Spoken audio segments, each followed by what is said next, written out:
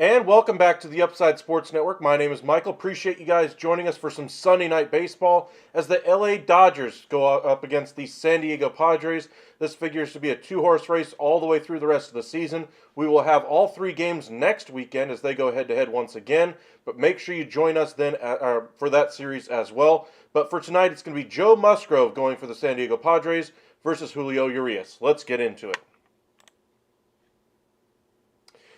Now, the MLB Game Day app is a great way to kind of see what's going on in the game if you can't actually watch the game live. Tonight, the lineup for the LA Dodgers, anyway, features Mookie Betts in right. Freddie Freeman is your first baseman. Will Smith has moved up in the lineup this year without Trey Turner being there. He is now your third place hitter in the lineup. He is your catcher. Muncie's had a nice start, at least power-wise anyway, to the year. He is your third baseman. Jason Hayward, a little bit of a revival for him, is your designated hitter. Outman was the NL Player of the Month, I believe. He is in center. Vargas is your second baseman. Peralta in left, and Chris Taylor at short. Now, of course, this lineup is pretty much driven by those top three there, Betts, Freeman, and Will Smith. They're going to rely heavily on some of their starting pitchers this year, and hopefully they can keep that same level of protection that they've had over the last couple of years. But we'll kind of check in on a lot of games here around the MLB here in just a moment. For the Padres, they counter with Joe Musgrove. It'll be Tatis Jr. in right, leading things off. Machado at third, and then Juan Soto in left, hitting third in that lineup. Xander Bogaerts is the cleanup hitter. He, of course, got that great start to the season with the San Diego Padres as their leadoff hitter. He is now their cleanup hitter. Nelson Cruz gets the start as their designated hitter. Cronenworth is at first this year. Kim gets the start at second. Austin Nola gets the start behind the plate. And Angel gets the start in center. That's kind of your starting lineups right now for the Dodgers and Padres. Game time is set to begin around 6:10. So we shall see here in just a few minutes. Seeing a lot of position player pitching right now around Major League Baseball. Second straight game for the LA Angels to have a position player throw in a game. They had Brett Phillips pitched last night. Right now they are having Jake Lamb on the mound. Right now they are losing 16-7 to Texas. Texas, of course, piling on some runs late last night, and then today they had four innings anyway of over 3 runs in each of those innings. So that offense in Texas looks pretty darn strong, and it actually looks like the position player may have a scoreless inning. That's kind of funny. Anyway, but let's check in on some of the scores from around Major League Baseball today. If you guys missed the opener of our doubleheader today, you saw the Baltimore Orioles go into extra innings against the Atlanta Braves. A well-pitched game. A little bit of questionable defense anyway at times from the Atlanta Braves. In extras, though, both teams were fantastic. Matt Olson led off the game with a home run in the bottom of the first anyway. To get the scoring started, Orioles tied it up in the top of the fourth, on a ground out to short. And then in extras, they both scored in the 10th. And then finally, Michael Harris comes through in the 12th to give the Braves the win. Diamondbacks right now are winning against the Washington Nationals 8-6. In our game, we'll be starting here in just a few minutes, just checking in on a bunch of games right now. Sandy Leon flies out there, and surprisingly, the Angels get a shutdown inning from a position player. All right. Anyway, as we said, the Braves and Orioles were our first game of the day today. 3-2 win for the Braves at home. Blue Jays continue to win 10-1 over the struggling Pittsburgh Pirates. I believe that's their 7th straight loss now. Philadelphia finally ends their 6-game losing streak, winning 6-1 versus Boston. Mets continue their struggles recently anyway. The Colorado Rockies continue their hot play recently. They win 13-6 against the Mets. Cleveland shuts out the Twins 2-0. Tampa wins it in extras. A Garrett Cole start that they had the lead 6-0. The Yankees end up losing 8-7. Maybe that Rays team might actually be for real. Kansas City gets their 9th win of the season, 5-1 over the Athletics. Cardinals finally end their 8-game losing streak. 3 home runs in that game for Paul Goldschmidt, 12-6 over a struggling Tigers team who's actually performing a little bit better than I thought they would be entering the season. Miami gets a much-needed win after also losing 6 straight games just like the Philadelphia Phillies. They win in 14 innings, one of the longer games of the season so far as total innings. Cubs fall to 500 with the loss.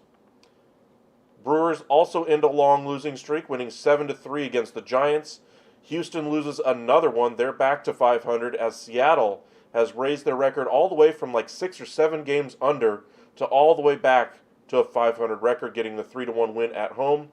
White Sox putting a drubbing on the Reds, 17-4. It's kind of your scores from around the league right now. We'll see if the Rangers go with a position player once again.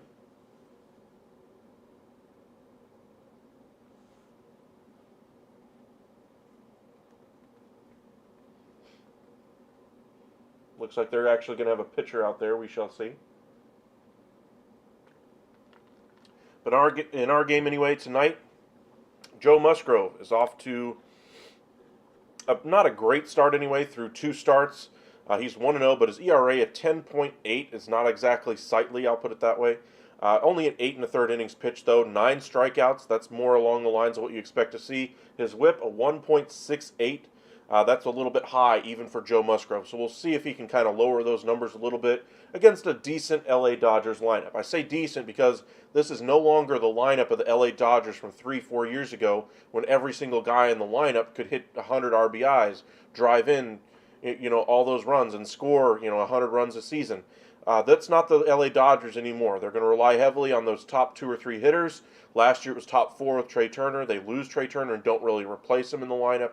And no, Jason Hayward is not a replacement for Trey Turner, for those of you Dodger fans out there. But they should still be at least a productive lineup. Looking at Julio Urias on his season so far, he's one of the guys I pegged for a favorite for the NL Cy Young. A little bit of a mixed bag start for everybody, or for him. So far this season, 4-3, a 3.86 earned run average in 7 starts, 39 2/3 innings pitched, 45 strikeouts, and a 1.11 whip. That's more along the lines of what you expect, so maybe that ERA will drop a little bit. Welcome in, Judah. Appreciate you for joining us. Now, we've already got like 14, 15 of you guys already here, and we haven't even seen first pitch yet.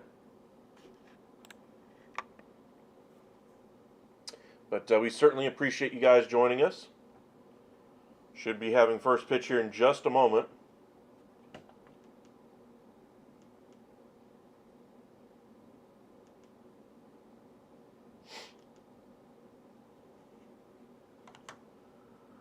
Some Sunday night baseball. Let us know who you're rooting for. I know we've got quite a few Dodgers and Padres fans among our subscribers. I'm sure quite a few of them will be checking in as we get into this game. I think we had something around the average of about 20 viewers early in the game, early this morning, a 10:30 start, so it was pretty early. By the end of it, we had 50, 60 viewers at one point, so we should get a healthy audience here today.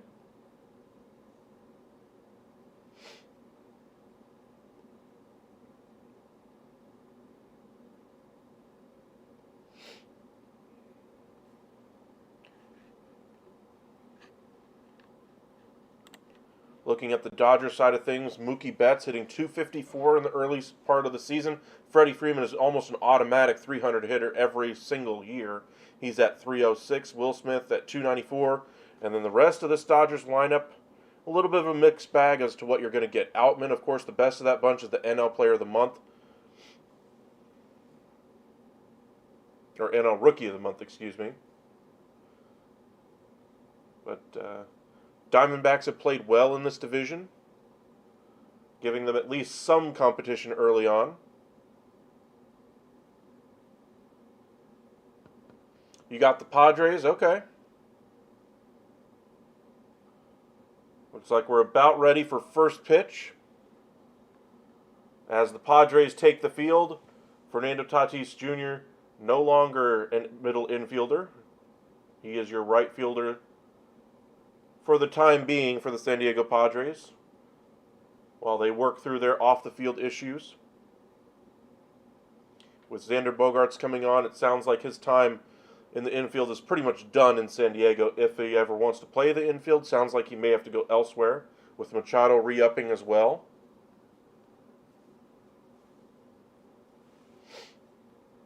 As they show that starting lineup. Looks like we're finally about to get ready. Thought we'd get an early start with you guys, kind of recap some of the action we saw from around the league today. Also saw a game winner in Game 4 of the Eastern Conference semifinal between Boston and Philadelphia. James Harden hitting a go-ahead 3 at the buzzer. And depending on how this game goes, we could see Game 3 of the Dallas Stars and Seattle Kraken, depending on how quick this one goes. If we have a well-pitched game, which I'm expecting today with Musgrove and Urias on the mound, we should get a pretty quick game here. But it is national TV. There's going to be a little bit longer commercials, etc. Not supposed to be, but there is.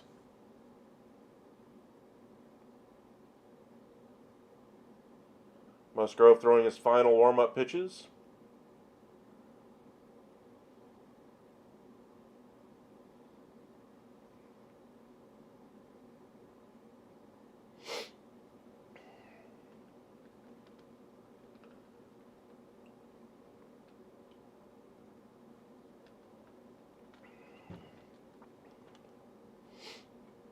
Again, that outfield for the Padres, Soto and Hill and Tatis Jr. The infield, Machado, Bogarts, Kim, and Cronenworth. It's kind of your defensive lineup here for the Padres. Mookie Betts digs in, and that one misses just outside. Ball 1, and we are underway in San Diego.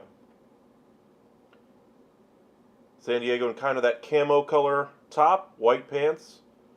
Dodgers in the classic gray with blue script across the front of the jersey. That one misses well outside. 2-0.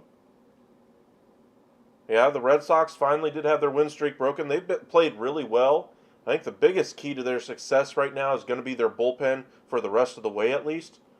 That's really where they spent their money this offseason. That and the outfielder that they brought in from the international leagues. Swung on and missed by Betts on that one. 2-1. Musgrove working fairly quickly here. Right on the inside corner, a little slider. Backdoors him a little bit. 2-2. Betts doesn't strike out a whole bunch, so we'll see if he's puts up a good fight here. Swing and a miss. Good pitch there by Musgrove. Got him to chase one there. One away here for the Dodgers in the top of the first. 16 games hitting streak. That's good.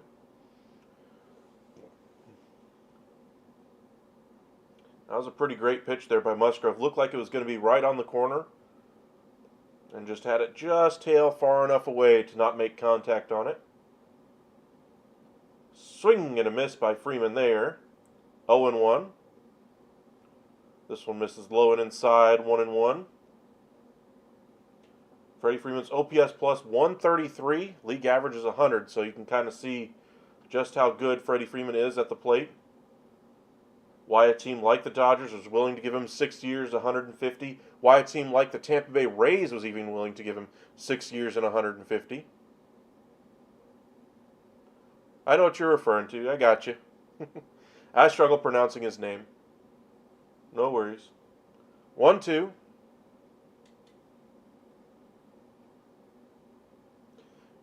Masataka Yoshido, I think is his name. Masataka Yoshido, there we go. The 1-2 pitch, right on the inside corner, 2 up, 2 down for Musgrove. Both of them strikeouts, and he's got that working so far. Just buckles Freeman there. Just a great pitch, up and in. Not even on like painted, but just like placed perfectly just inside. I think he still had some room to get away with there. And it'll be up to Will Smith to keep it going here for the Dodgers. This one misses on the opposite corner. Up and in, 1-0. Masataka? That's my guess at how to pronounce his name. Will Smith, OPS plus of 148. That's fantastic for a catcher. And as I said, this lineup really goes how the top 3 go. If they struggle, the whole lineup struggles for the most part. 2-0 here to Smith. This one's lined straight back to the screen. Smith with a good swing on that ball. 2-1. We've had some good performances around the league this year for some catchers. Jonah Heim, AL MVP worthy so far in the American League. Smith here in the National. There's a bunch of other good catchers having good years. But as a whole, catching or hitting from catchers is down across the sport over the last 20 years. So we'll see if maybe we can get some more offense from behind the plate here over the next few years anyway. Yeah, Giannis is probably the hardest. At least to spell anyway. Antetokounmpo isn't that hard to say though. That one misses. 3-2 full count. Giannis Antetokounmpo. That's how you say it. This one's popped up into short left field. Coming on is Soto. Has plenty of time, is under it, and makes the catch. 3 up, 3 down. 2 strikeouts for Musgrove in the inning. That's exactly what you want to see from Musgrove, as he struggled his last time out with a 10.8 ERA coming into the game. But again, that's only through 8 2/3. Now it's through 9 2/3. So nice work there by Musgrove. And to the bottom of the first we go. It'll be Tatis Jr., Machado, and Soto for the Padres against Julio Urias. Looks like the Rangers just defeated the Angels 16-8. Josh Sborz gets the victory. He came on in relief of Martin Perez, who actually gave up some runs this time out. 3 2/3, 7 runs given up. But the Rangers put up a whole bunch of runs. 3 in the second, 4 in the third, 4 in the fourth, and then they add another 5 in the 7th inning, I believe.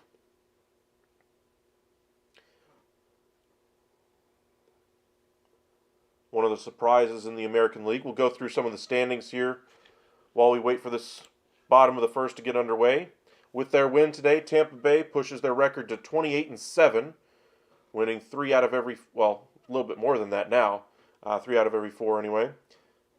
4 out of every 5 at this point. Baltimore get with the loss today. Their record drops to 22-12. Still a fantastic start for them, but they're 5.5 back even after the even with the great start of the Rays there. Toronto leapfrogs Boston by a half game.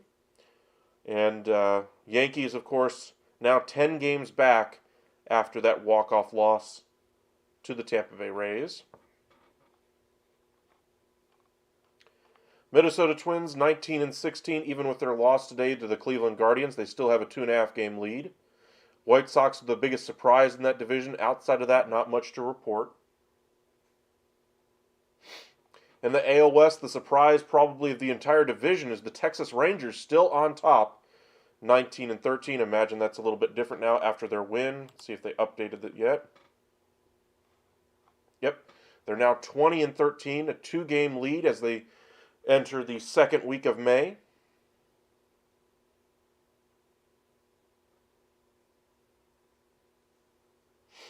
Looks like we're getting back from commercial break here. Tatis Jr. back in the lineup, and this is exactly the player you need in a series like this against the LA Dodgers. Seems like a pitcher who's just made to be, or a hitter that's just made to be in a very contentious series. He definitely provides a spark to this offense. Really lengthens them out as well. He's ahead now 2-0. Urias has been touched up a couple of times in the 2 of his last 3 starts. Got a little bit back under his normal way the last time out. This one is lifted into short center. Coming on is Outman and off of his glove and not able to make a diving catch. Tatis Jr. slides into second safely. Ouch. Ouch. He did a splits as he kind of oversplit the bag. Ouch. Outman looks like he's okay as he adjusts his uniform. And Tatis Jr. somehow kept his foot on the bag. Looked like he might have gotten caught on it more than anything else. So close if you're a Dodgers fan. Outman's played so well for you. Just not able to come up with that one. It'll be up to Machado next. That's the kind of base hit the Padres really haven't gotten over the last 3 or 4 years. The pitch. This one's hit hard into right center. This one's going to go all the way to the wall. Machado might get a triple out of this. Nope, he just lollipops it into second. If he was busting it out of the box, I think he had a chance at a triple the way the outfielders were going after that ball to try to cut it off from making it to the wall. It allowed it to go slowly all the way to the wall, and they had to go field it all the way back there.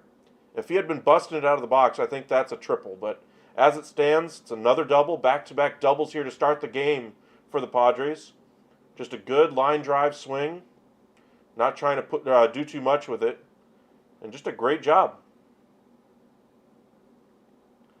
Does the celebration, basically keeping it rolling. Juan Soto digging in, fouls the first pitch up, and it's quickly 0-1. Soto's had his struggles in the early part of the season once again. Safe to say the Padres were hoping for a little bit more production out of his bat,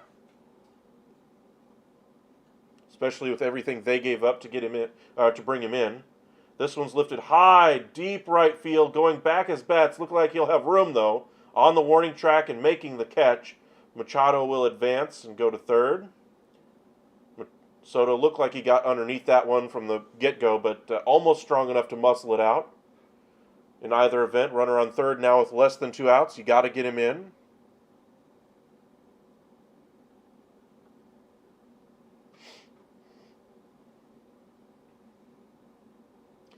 Bogart's up next, hitting .282 on the year.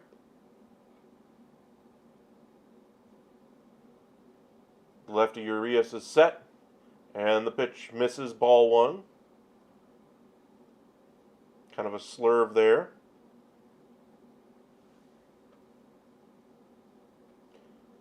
Bogart's on the year hitting .282, 6 homers, 14 RBIs, and an .835 OPS. Came over from the Boston Red Sox. A little bit surprising. Boston didn't put up a real fight to keep him there. The 1-0. This one's hit high into right field once again. Betts going back.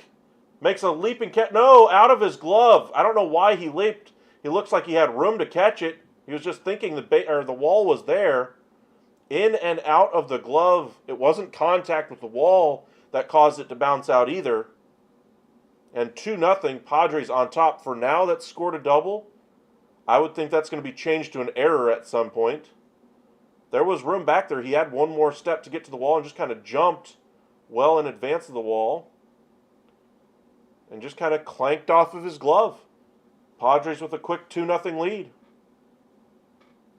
This one misses low, ball one.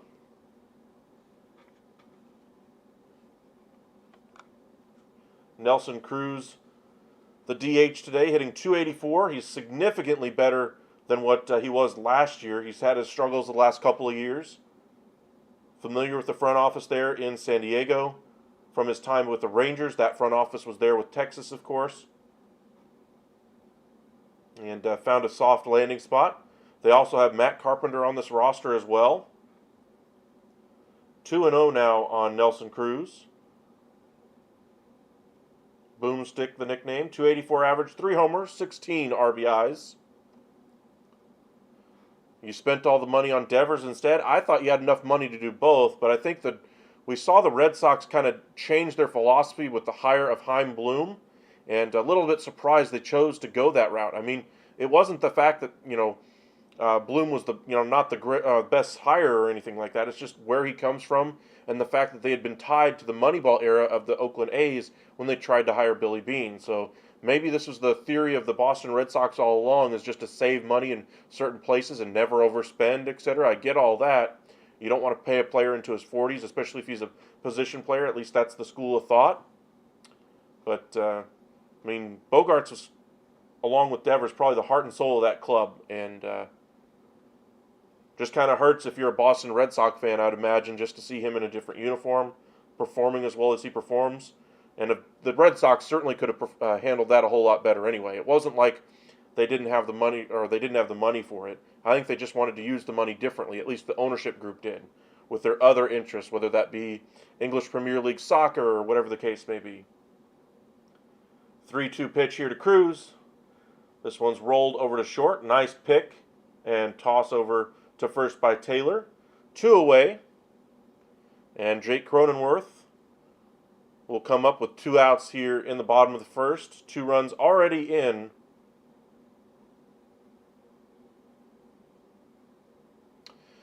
Well, I'm doing a lot more YouTube now. I've started doing the videos pretty much every night at this point over the last week or so.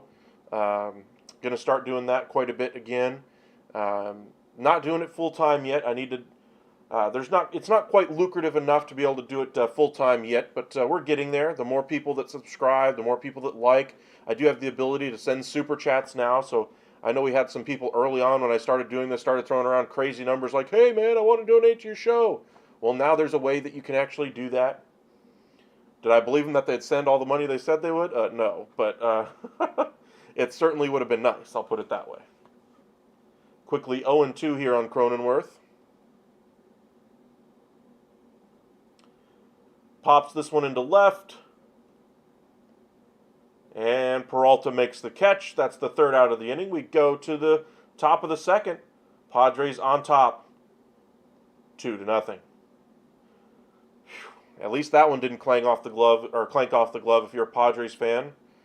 If you're a Dodgers fan, excuse me. They've had a couple too many have that happen to them with Outman on the first ball there by Tatis, and then one off of Betts' glove. Well, it's as far as subs, it's more about the watch time, all that kind of a thing as well. Subs certainly help with the watch time, but if I had to eyeball it right now,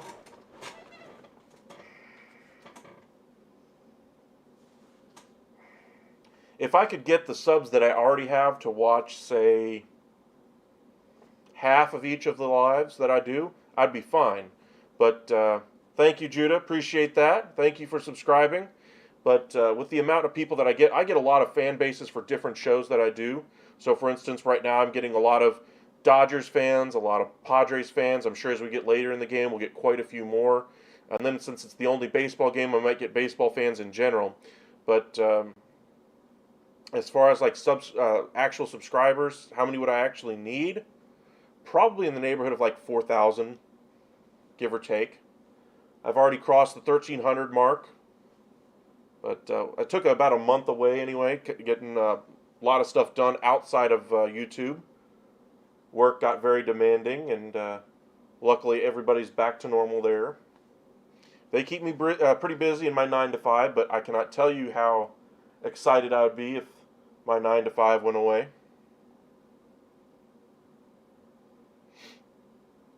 Probably have one of them actually watching right now. He's one of my subscribers.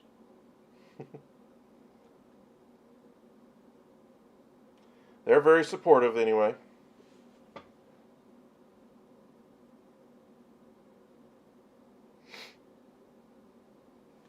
For the Dodgers would be Muncy, Hayward, and Outman here in the top of the 2nd. Musgrove, of course, was fantastic in that first inning. 2 strikeouts, 1-2-3 first. They show highlights of the NLDS Game 4 against the Mets. And just the same issues we saw at the end of last year for the Mets. Offense just failing to perform. That's kind of what we're seeing right now. The rotation pretty much in tatters so far this year. And they just need to start getting some solid performances out of both that rotation and that lineup. Kind of a herky-jerky offense. And the big addition they made to their offense that they knew they needed to improve on was John Jay. I mean, that's just not doing enough. I mean, sure, you spent the money and brought back Nimmo and Diaz. Diaz is out for the year, of course. 1-1 here on Muncy. But, I mean, your big offensive, addition is going to probably be your minor league catcher, Francisco Mejia. This one's hit hard, but right to the right fielder. Nice diving play there by Tatis Jr. for the first out. Still learning to play the outfield position.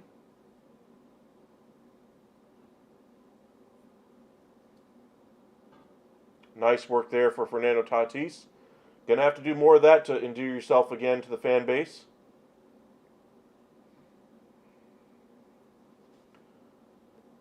And to ownership, honestly. Looked like he almost trapped that ball, actually. Although you don't see it come out of his glove and you don't see it loose at any point. In either event, Jason Hayward due up next. Are they reviewing this?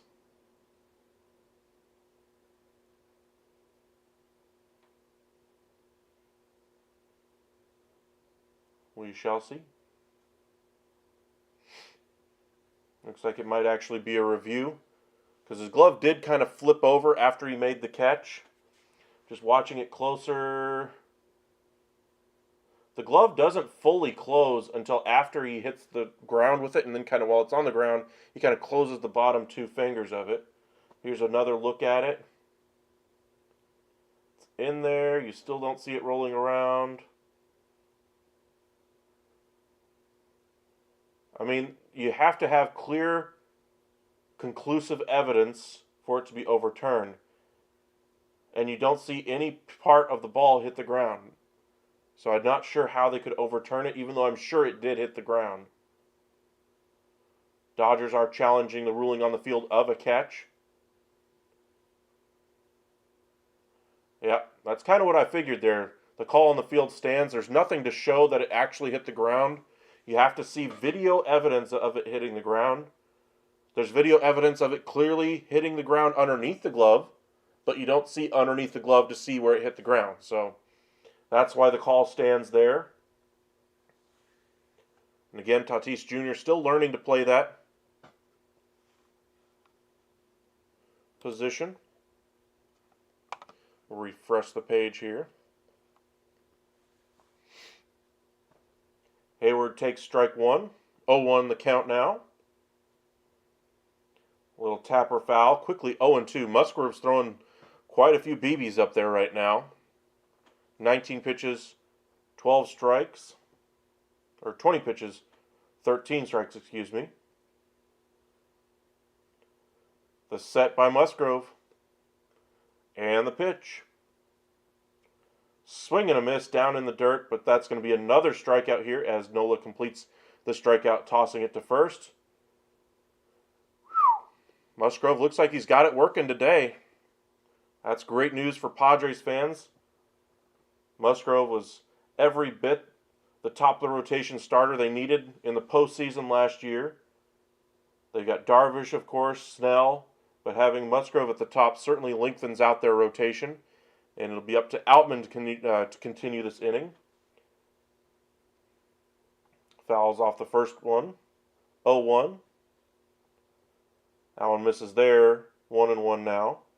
So far hitting .274, 7 homers, 21 RBIs. .934 OPS.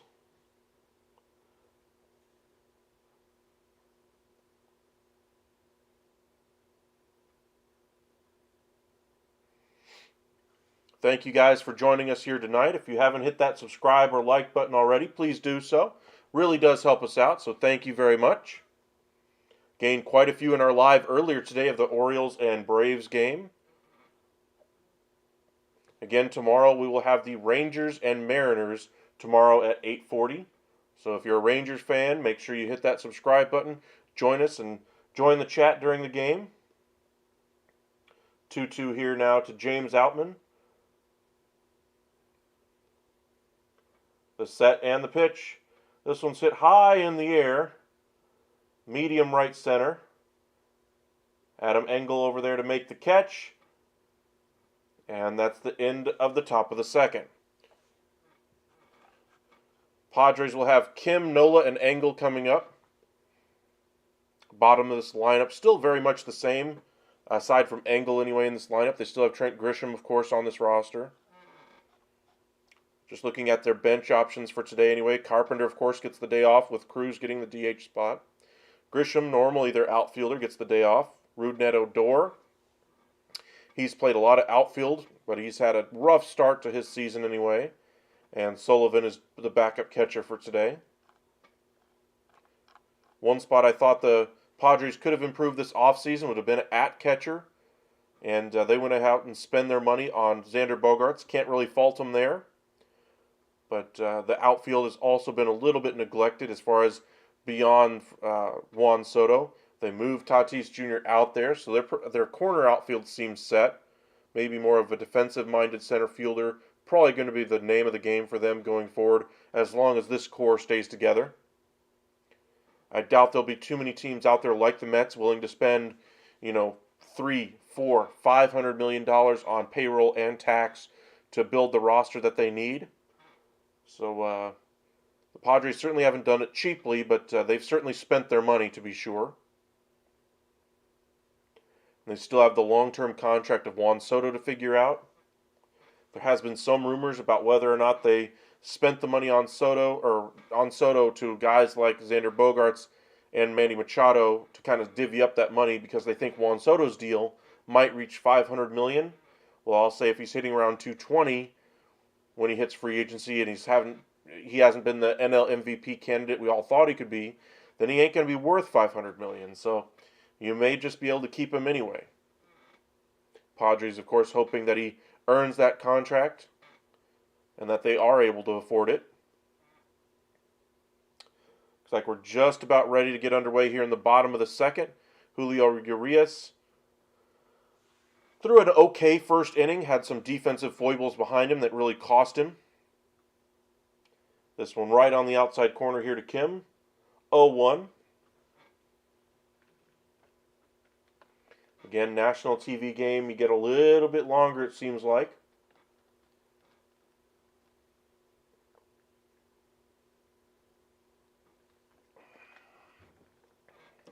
This one on the inside corner, fouled off. Quickly 0-2 now to Kim. Kim takes time here.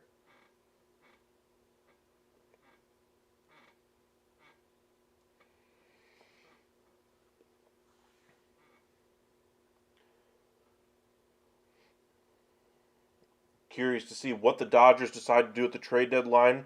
The whole point of not bringing back Trey Turner was to reset their payroll structure. Hopefully have enough money to go out there and sign guys like Shohei Ohtani this offseason. I still think Shohei is probably the most likely candidate to go to LA next year, or this offseason anyway. So keep your eyes peeled for that. But Urias is also going to be a free agent. Are they going to spend money on both players and keep that starting rotation intact, or are they going to try to go a little bit different route with that starting rotation if they bring in guys like Shohei Ohtani? This one lifted into medium center field. Outman is there. This one, again, does not clank off the glove for the first out here in the bottom of the second. Austin Nola next.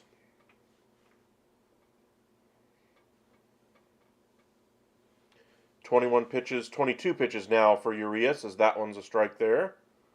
A lot of off speed here for Urias here early. You might remember all those top prospects the Dodgers really built their core off of.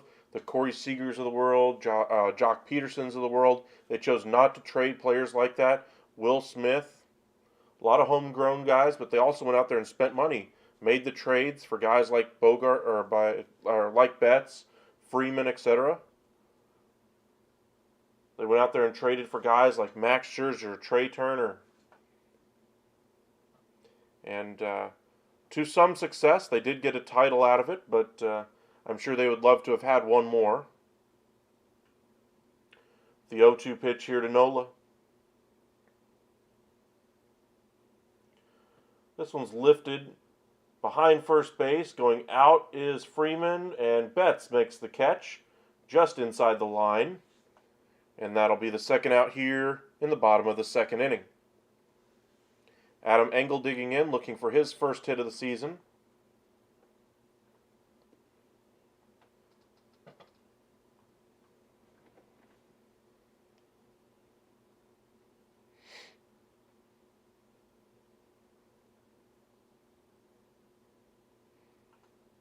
Good defense there by Betts, calling for it all the way. First one here by Engel, fouled off, fastball right down the middle, 94 miles an hour. Off the mask of Smith, the catcher.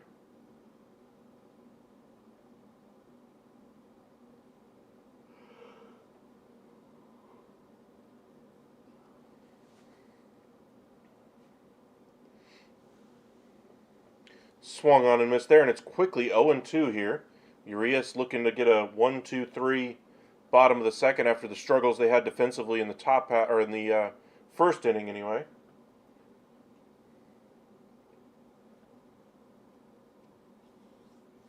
That one misses a little too far outside, trying to entice a chase. 1-2. As I mentioned, Urias, one of the guys I picked to open the season as a favorite for the Cy Young.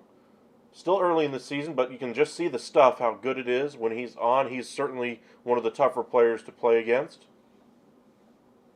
Since 2020, he has the best record in all of Major League Baseball, 44-13. A 2.77 ERA in that time period. This one's fouled back. And we'll do it again.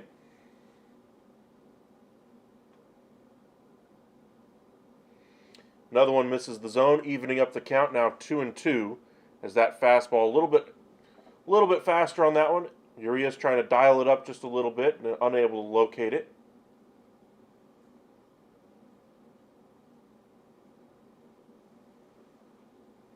Nola giving him a good battle here. Raising that pitch count just a little bit. The 2-2. Off-speed pitch grounded foul. Outside third base.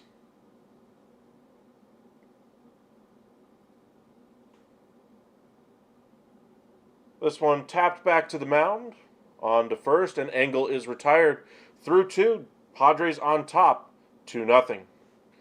Now, of course, we mentioned the LA Dodgers lead this division, 20-14 record right now. Padres 18-16.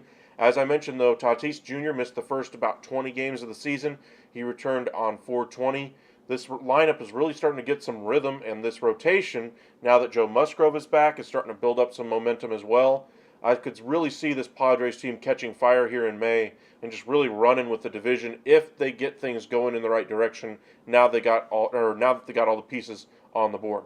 The Diamondbacks, they had a great run to start the season, had a great first month, but I think their offense is going to come back to the pack a little bit. For the Dodgers, I mean, they're really going to go as far as the top 3 in that lineup really take them. And I mean, as good as Freddie Freeman, Will Smith, and Mookie Betts are, I mean, that does not a lineup make. And they're going to have to either A, get some more production power-wise from Muncy. Outman's going to have to continue to play at an NL Player of the Month type of level. They're going to continue to have to get solid productions out of guys like Jason Hayward and Chris Taylor. That's a lot of ifs, and they have always done that as far as platooning. But I think this year more than most, they're relying on guys now, 4 through 9 in the lineup as opposed to guys 5 through 9. And that's just 1 year later from the Trey Turner acquisition. Say guys, 7 through 9 a couple years ago when they had, Bellinger playing at an MVP level, that kind of thing. But right now, it's a far cry from the, the glory days of what that lineup was. But they're still the LA Dodgers. They're still the king until somebody actually knocks them off their pedestal. And I think the Padres have a legitimate shot to do it this year. For the Dodgers, it'll be Vargas, Peralta, and Taylor here in the top of the third. Appreciate you guys joining us. If you're new to the Upside, we cover the MLB, NBA, the NFL, and the NHL. Some good NBA action today. James Harden hit the go-ahead 3 to even the series, 2 games apiece in their second-round series against the Boston Celtics. New Jersey Devils dominate the Canes today, evening their series 1 game apiece. And tonight we get Game 3, Dallas Stars on the road against the Seattle Kraken. Kraken eliminating the defending Stanley Cup champion Colorado Avalanche in Game 7 in Colorado. Musgrove is ready. The set and the pitch. Right at the top of the zone, 93-mile-an-hour fastball. 0-1. Musgrove working a little bit more deliberately now. Up and in, 1-1. See the scores kind of rolling by the screen at the bottom there.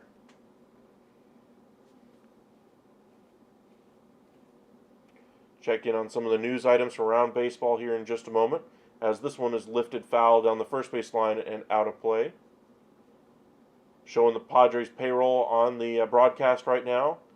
2019, they had 143 million committed. They were ranked 17th, then 15th, then 2nd, then 6th, and now this year they are 3rd in all of baseball as far as salary commitments. They're certainly pushing the chips towards the center, all in the effort of knocking off the LA Dodgers to win the division.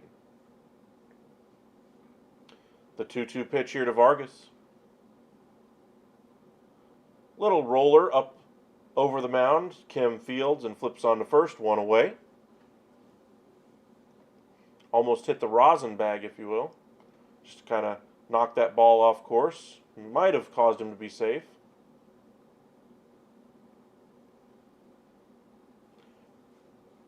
As they show the go-ahead home run by the Nationals to defeat the Arizona Diamondbacks today, 9-8. Diamondbacks currently sit 1 game back of the Dodgers in the division. That one finds the zone right at the very bottom, 0-1. Peralta hitting 197 on the year. This one misses low and away, now 1-1. Can see a little bit of a strategy here against Peralta already in this at-bat. Throw it away, away, away. So far this year, Peralta has a 37 OPS plus. Suffice to say, that's not good. As he chases that one. Now, 1-2.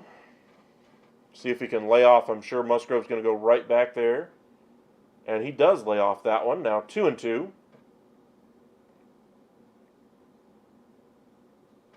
That was a great pitch, though, by Musgrove. Threw it exactly where he wanted to, off the plate and low. No need throwing it in the wheelhouse of a guy like Peralta, especially with the struggles he's had. The 2-2. Another one misses up and away. 3-2.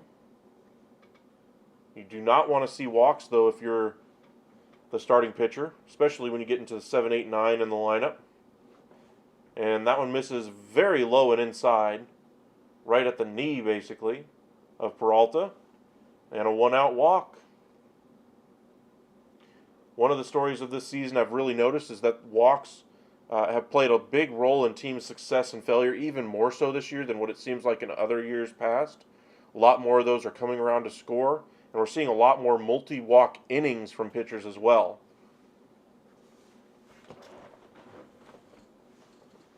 Hopefully Musgrove curtails that right here. This one's hit hard, but foul down the third base line, 0-1.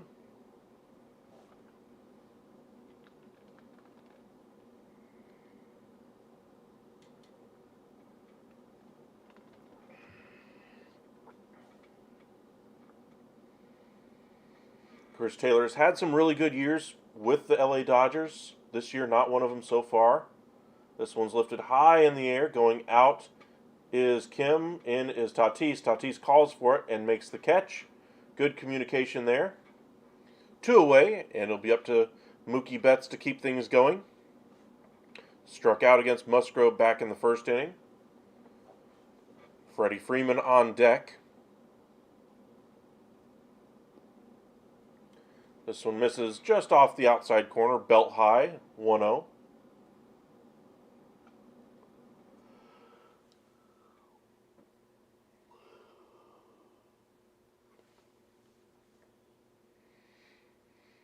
Showing that replay of the catch by Tatis Jr. that time. The rule of thumb, if you're an infielder, you keep going out and that ball is yours until you are called off by an outfielder. The 1-0. That one misses up and in. Missed a couple of times there with his sinker so far today. 2-0.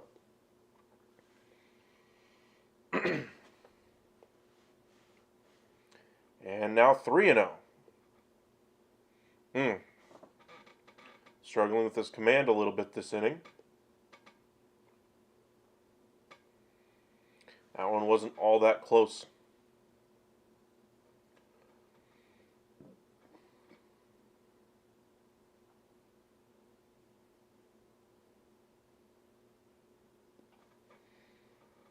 And a 4-pitch walk here to Betts.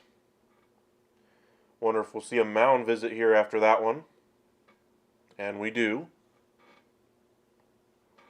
Freddie Freeman coming up, 304 average, did strike out against Musgrove back in the first, but Musgrove looking like a little bit looser on the command here in the top of the third, up to 43 pitches now.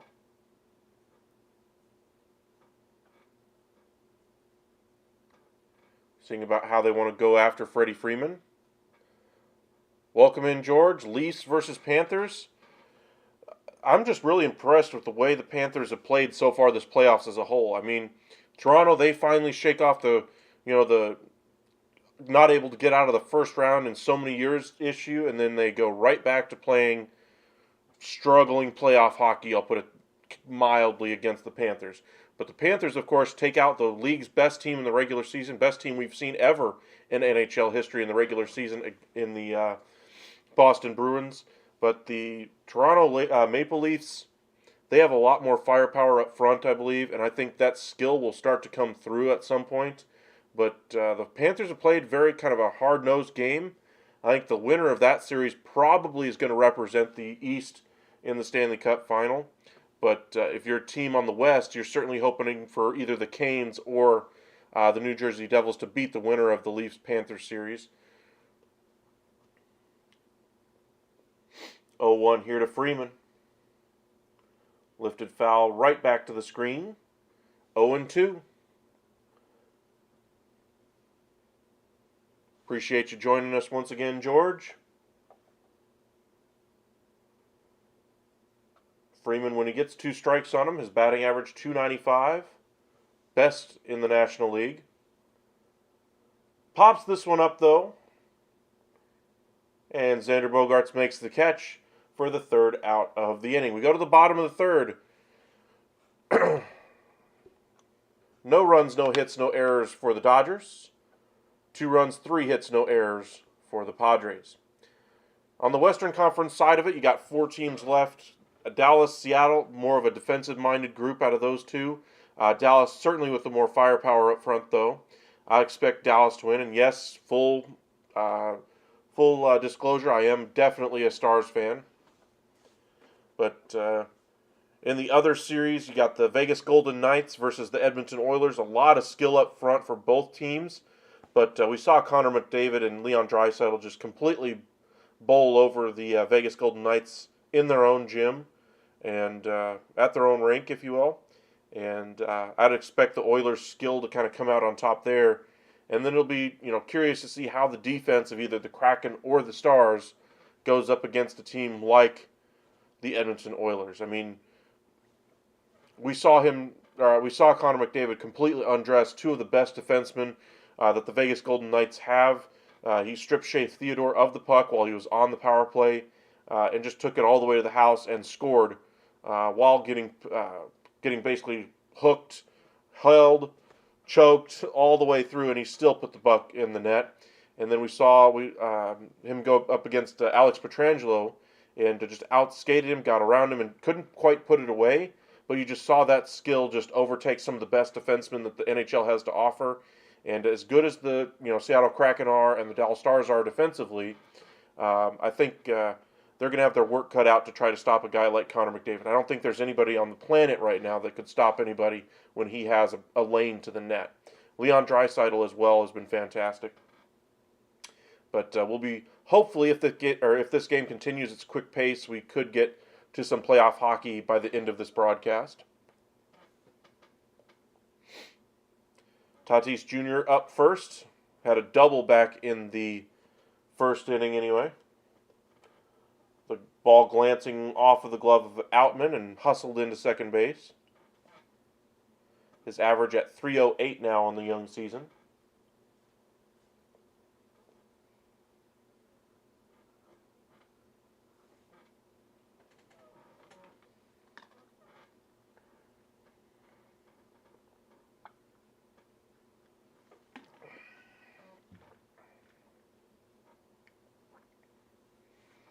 First pitch here, hit hard, but right at, wow.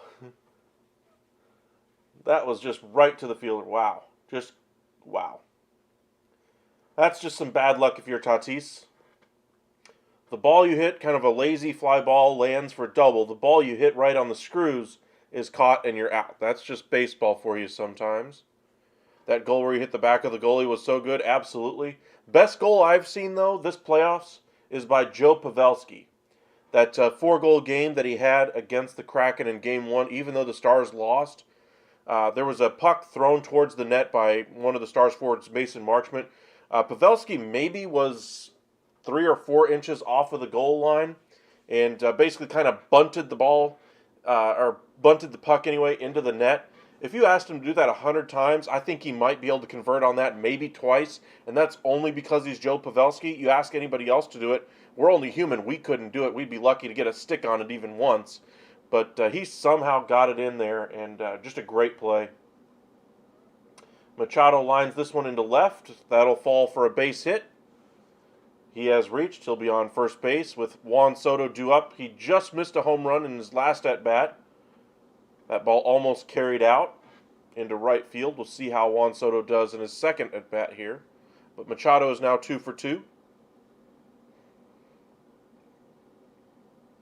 Looks like the book here early in this inning is to attack the ball early in the count. As Soto swings at this one, and we've got a double play. What a nice play there by Freddie Freeman.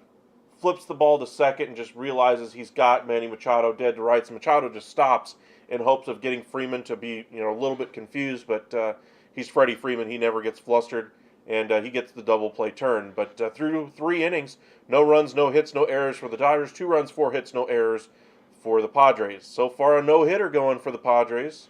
Do I think it'll end that way? Probably not, but interesting that 2 times through the top of the order anyway. Dodgers are still hitless. Will Smith going to lead things off here in the top of the 4th, followed by Muncy and Hayward.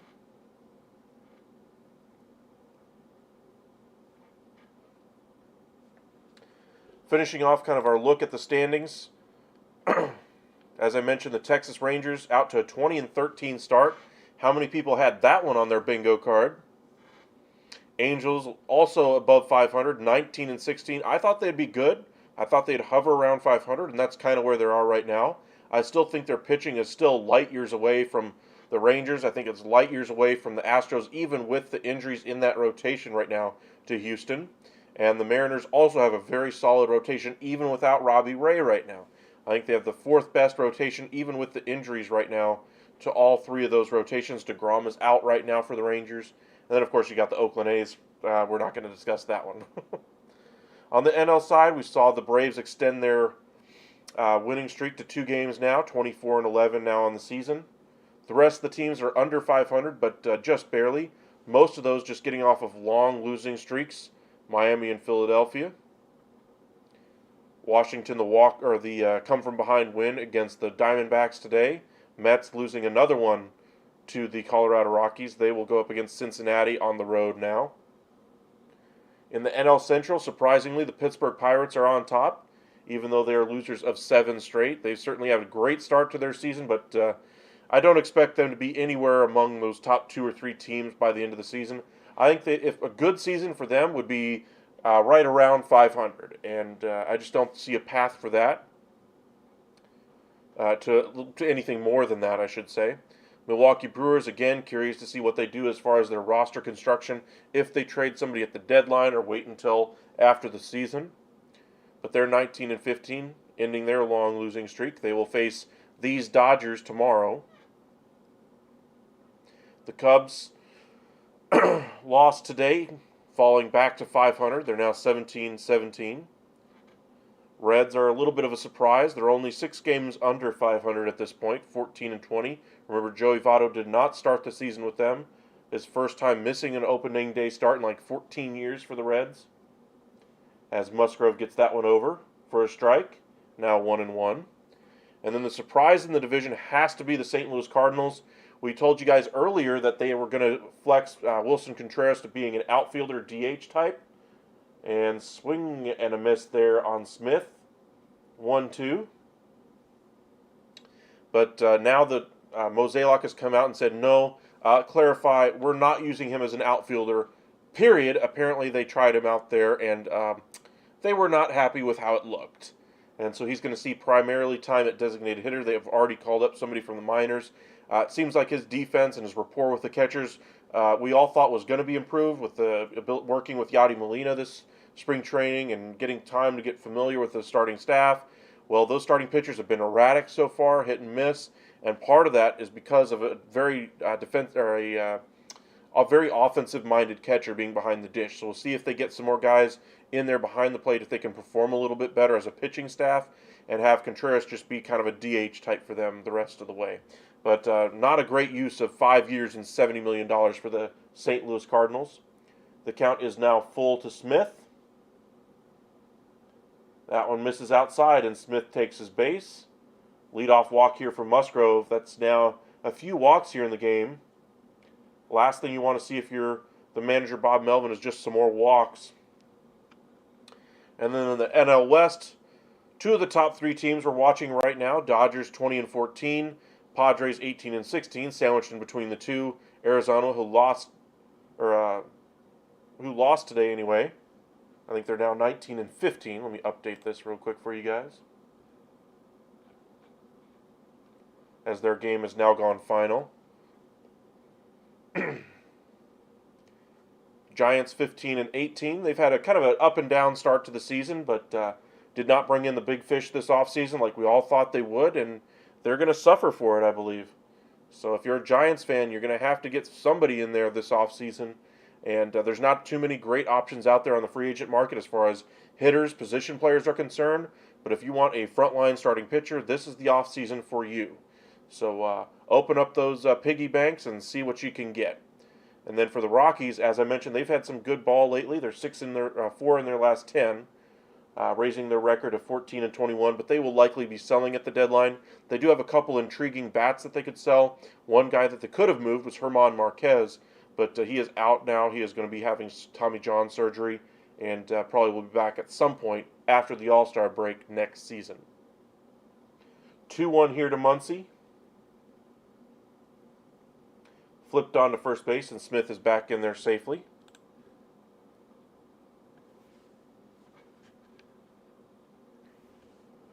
Dodgers still looking for their first hit in the game. This one's called a strike right at the knees. Muncy, one of the best eyes for a hitter in all of Major League Baseball. Seen that for like the last 4 or 5 years now. That's something the Dodgers really value. And while he doesn't hit for a great average, his on-base percentage is high because he's willing to take the walk. And then when he does find his pitch, he doesn't miss it. Has a lot of power in that bat. This one just a tick below and just kind of buckling Muncy on that one for the third strike. That's going to be the fourth strikeout now for Musgrove, as Muncy goes down looking. He knew it too. Didn't even bother arguing. Jason Hayward due up next. Struck out in his first at-bat. Back in the second inning. 0 for 1 on the day. Outman waits on deck.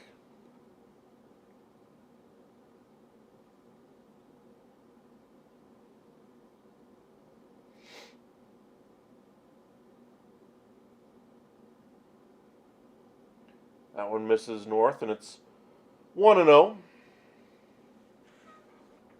Hayward on the year hitting .242, 4 homers, 8 RBIs, and an .859 OPS. Good rebound season for him so far.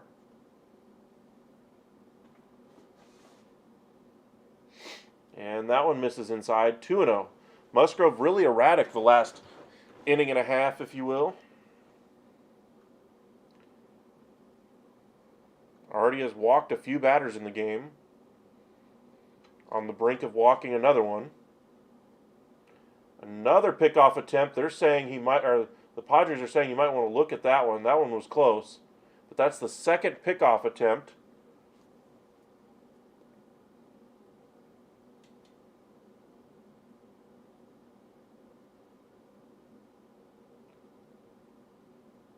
Oh, that was close. I would not challenge it, though, if I'm a Padres fan. I would just wait and see if you can get the batter at the plate.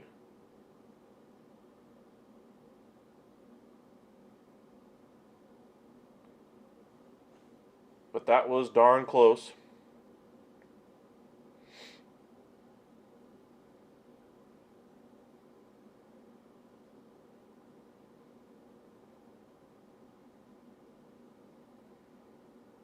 Mm. Are they challenging it? They may be.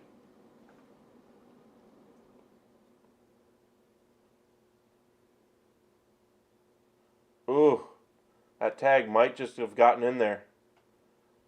From that angle, you see his hand kind of hit the base just after that glove looks like it makes contact with the inside of his arm there. And do we have a pickoff? Not sure there's enough to overturn. That's why I was kind of wondering if they would bother. It is only one out here in the fourth inning. You do have Hayward up and Outman next, so I guess you're trying to say, hey, go ahead and get the second out here.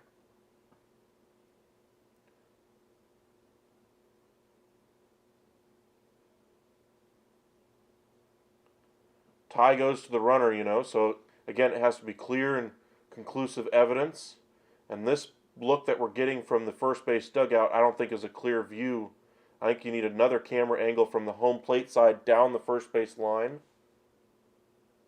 And they are going to say call stand, so wasted challenge there by the Padres. Not enough there to overturn. The 2-0 pitch by Musgrove. Tapped off the foot of Hayward, and it'll be 2-1. I guess best case scenario here for Musgrove is that the long break between pitches there allowed him to kind of settle himself. But now that he's exhausted those pickoff moves, allows Will Smith to get a little bit bigger lead. Does have some decent speed, especially for a catcher. Another one fouled off here on the inside corner. Now 2-2 here to Jason Hayward. Started his career with the Atlanta Braves. Looked like the next great Atlanta Braves right fielder. Something they had never really had is a kind of that slugging, superstar level right fielder.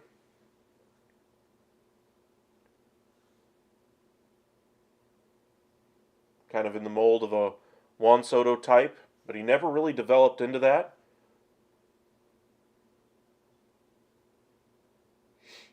Signed that huge deal with the Chicago Cubs. Never really lived up to the money.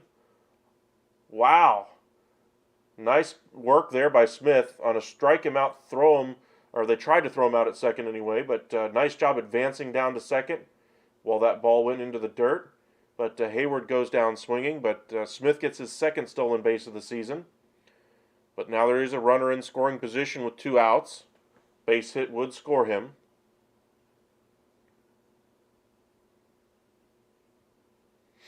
Again, challenge is gone, so even if you did think you got him there, you can't do it anymore.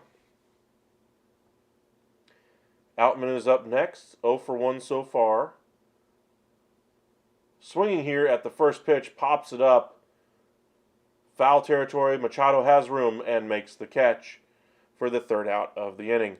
A little bit of impatience there by Outman. That ball looked like it was 2 or 3 inches above the zone on the inside corner. Should have just taken it all the way, but instead pops it out, and we go to the bottom of the fourth. Still a no-hitter for the Padres. Dodgers being blank so far, but walks have been the name of the game for them to get on base. If they keep surrendering walks like that, it's not going to take long for even the LA Dodgers with their limited lineup this year to be able to score some of those runs. Padres, though, currently lead 2-0.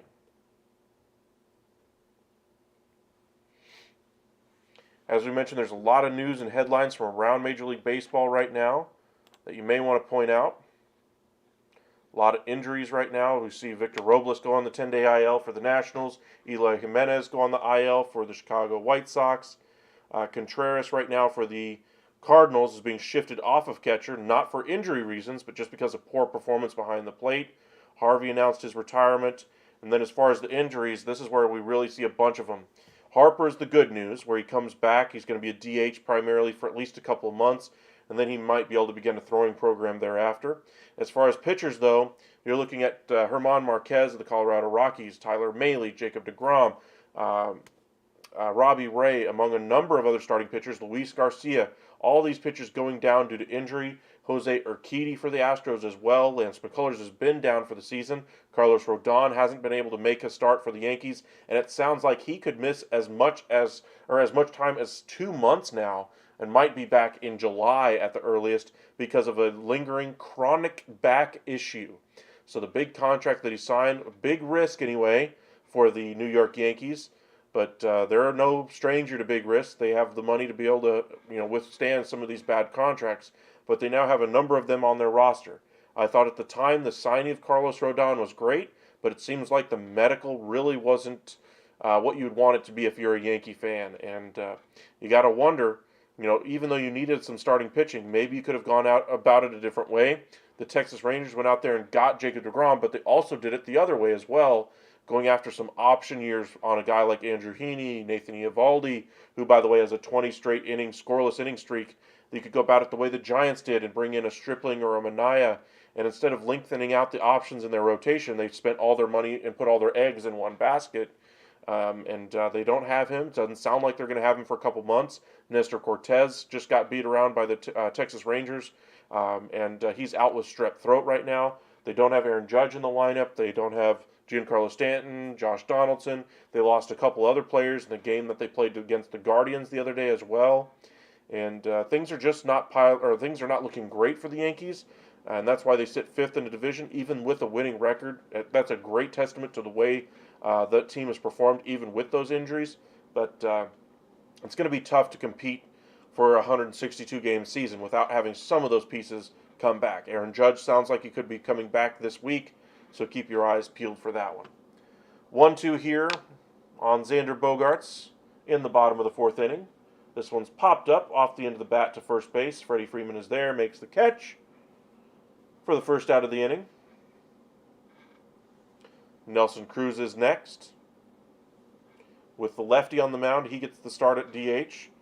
If there was a righty on the mound, I'm sure we would have seen Matt Carpenter. Bullpen is carrying the Yankees, I would agree. But also they're getting some timely hitting from guys like Willie Calhoun, Jake Bauers, players like that. I think they're counting a little bit too much on a guy like Volpe. Thank you, Job. Appreciate that. That's a new one for me. I really appreciate that. Thank you for the compliment. Looks like Cruz has a question here for home plate umpire. Home plate umpire comes around. Not sure what exactly is going on there. Looks like Cruz wasn't happy about something.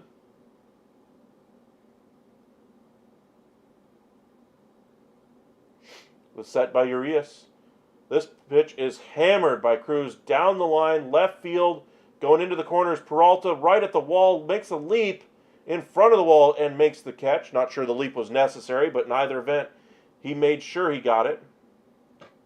99.97 off the bat, 337 feet.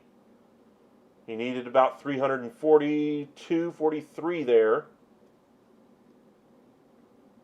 But just couldn't quite get enough of it.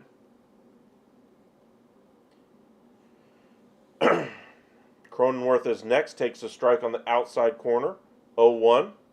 Appreciate you guys joining us right now. Got about 10, 12 of you guys in the chat right now. If you guys wouldn't mind hitting that like and subscribe, it really does help. So thank you very much. We do appreciate that.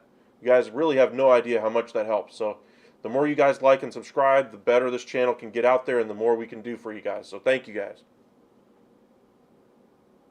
That one finds the corner, and it's 0-2.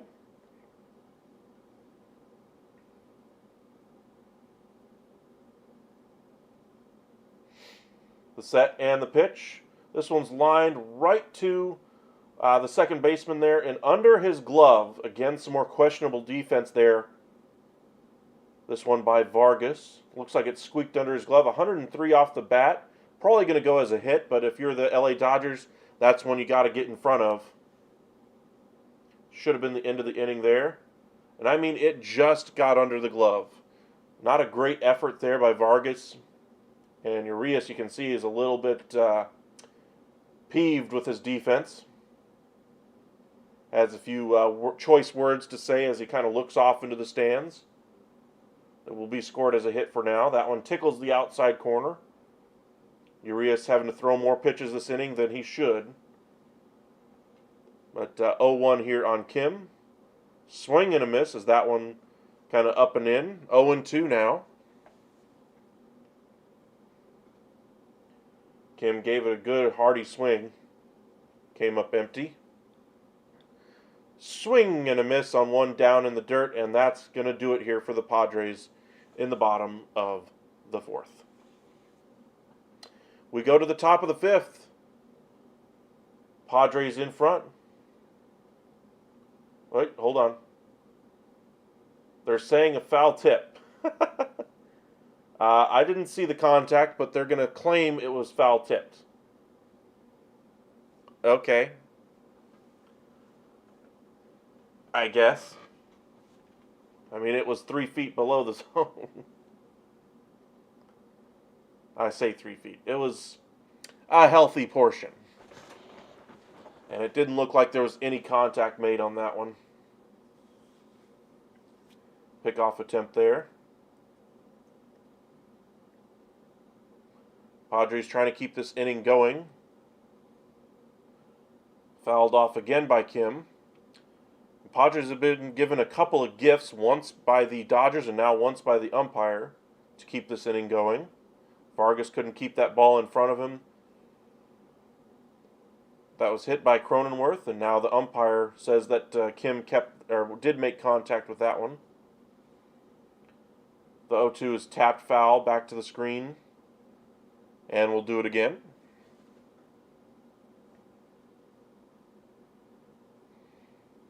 If you guys are new here to the Upside, we cover the MLB, NFL, NBA, and the NHL. Game 3, Stars versus Kraken tonight.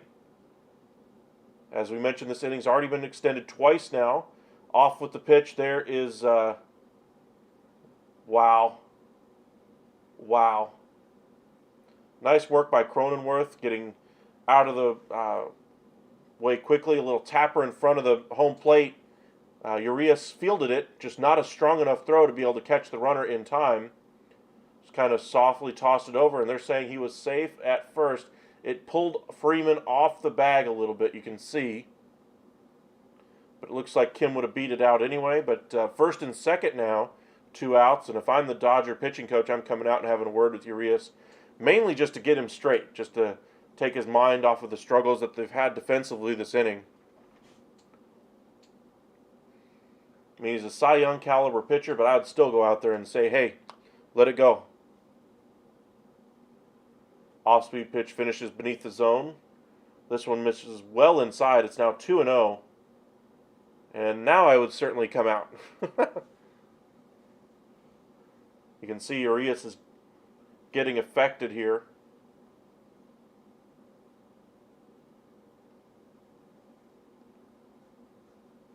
He wants a new baseball, though, and they do not come out there and visit with him. They're going to score that one an error on the pitcher for not getting it to first base fast enough, by the way.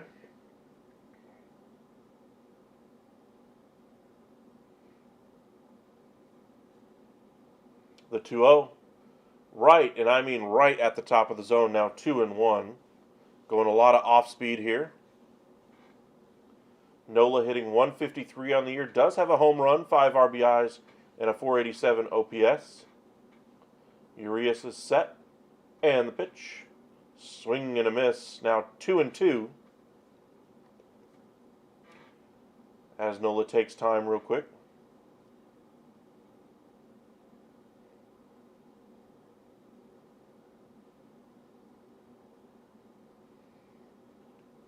Urias is set. And the pitch.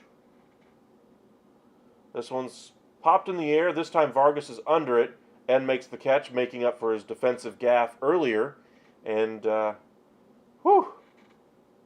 runs, no hits, 1 error for the Dodgers. 2 runs, 5 hits, no errors, as we are now through 4 innings. But appreciate you guys joining us here tonight. Got about 19 of you guys with us. Okay. Thank you guys for joining us. Make sure you hit that like and subscribe. It really does help us out. Thank you very much. But just to kind of recap, in the first inning, Padres really got things going. Tatis Jr. hit a double, kind of right in the perfect spot, soft fly ball. Outman tried to make a nice dive for it, but couldn't come up with it. Machado drove him in.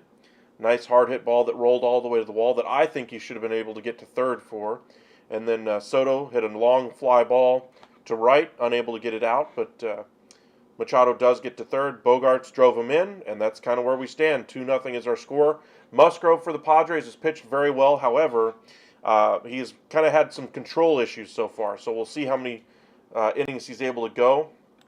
Just looking at the walks so far, he's already walked 3. He's been in danger of walking multiple others, but it'll be Vargas, Peralta, and Taylor here in the top of the 5th.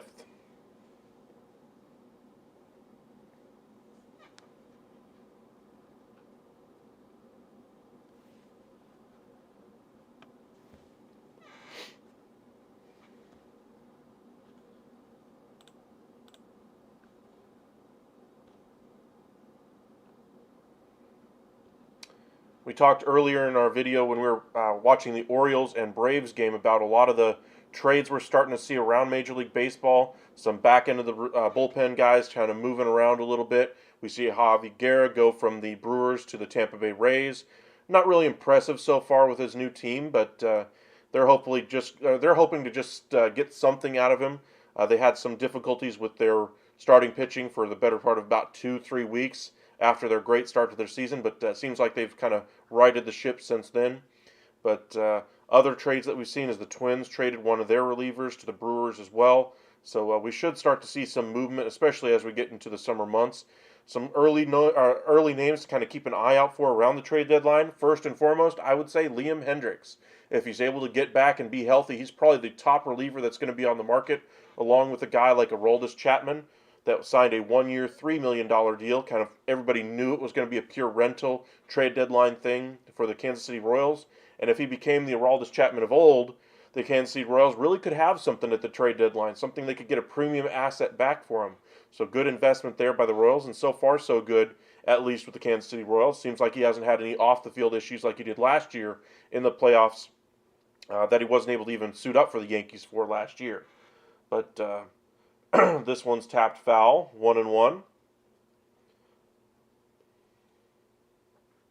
This one's foul as well. It's now 1-2. Other names to kind of keep an eye out for: some of the starting pitching that the Chicago White Sox have: Mike Clevenger, Lance Lynn, Lucas Giolito, Ronaldo Lopez, who's got track record as both starter and reliever. So if you need some pitching, the White Sox might be the team that you go to at the deadline. Cardinals have a ton of outfielders. Maybe you could pry a guy like Tyler O'Neill out of there. As I mentioned, there's not a lot of guys that are going to be on the free agent market offensively this year, so making your move at the deadline could be the thing for you if you need some additions there. Little tapper here back to Musgrove, flipped on to first for the first out here of the 5th inning.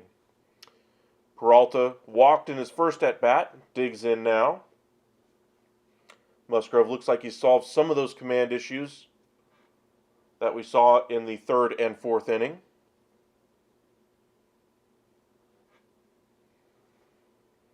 Of course, just as I say that, he throws ball 1. Go figure. But he didn't miss by much there. Looks like he missed by about 2 or 3 inches. This one misses off the plate inside by about 3 or 4 inches. Now 2-0. He's been working from behind quite a bit to a bunch of different hitters now.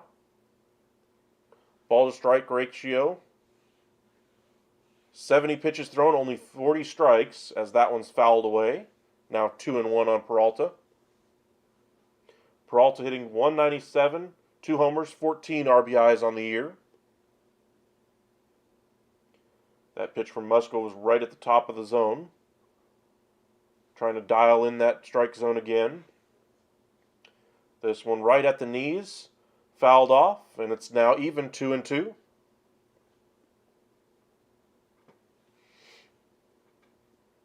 Sun still shining out there in Southern California. Still got some sunlight here in Texas at the moment, now that the calendar has moved a little bit. No cloud cover right now, so turned into a nice afternoon out here in Texas. That's where I'm based anyway. Perez taps this one out to Kim, flips onto Cronenworth for the second out of the inning. And it'll be up to Chris Taylor to keep this one going.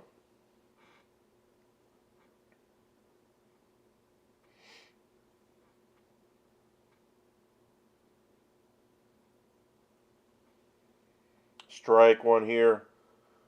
Just above the knees, down this middle there. 0-1. This Padres team is certainly much improved as far as with having Xander Bogaerts in there. Tatis Jr., another addition because he's not suspended anymore.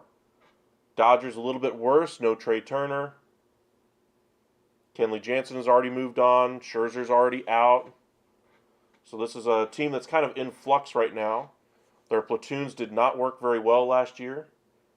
That one misses well inside, 1-1. Set by Musgrove.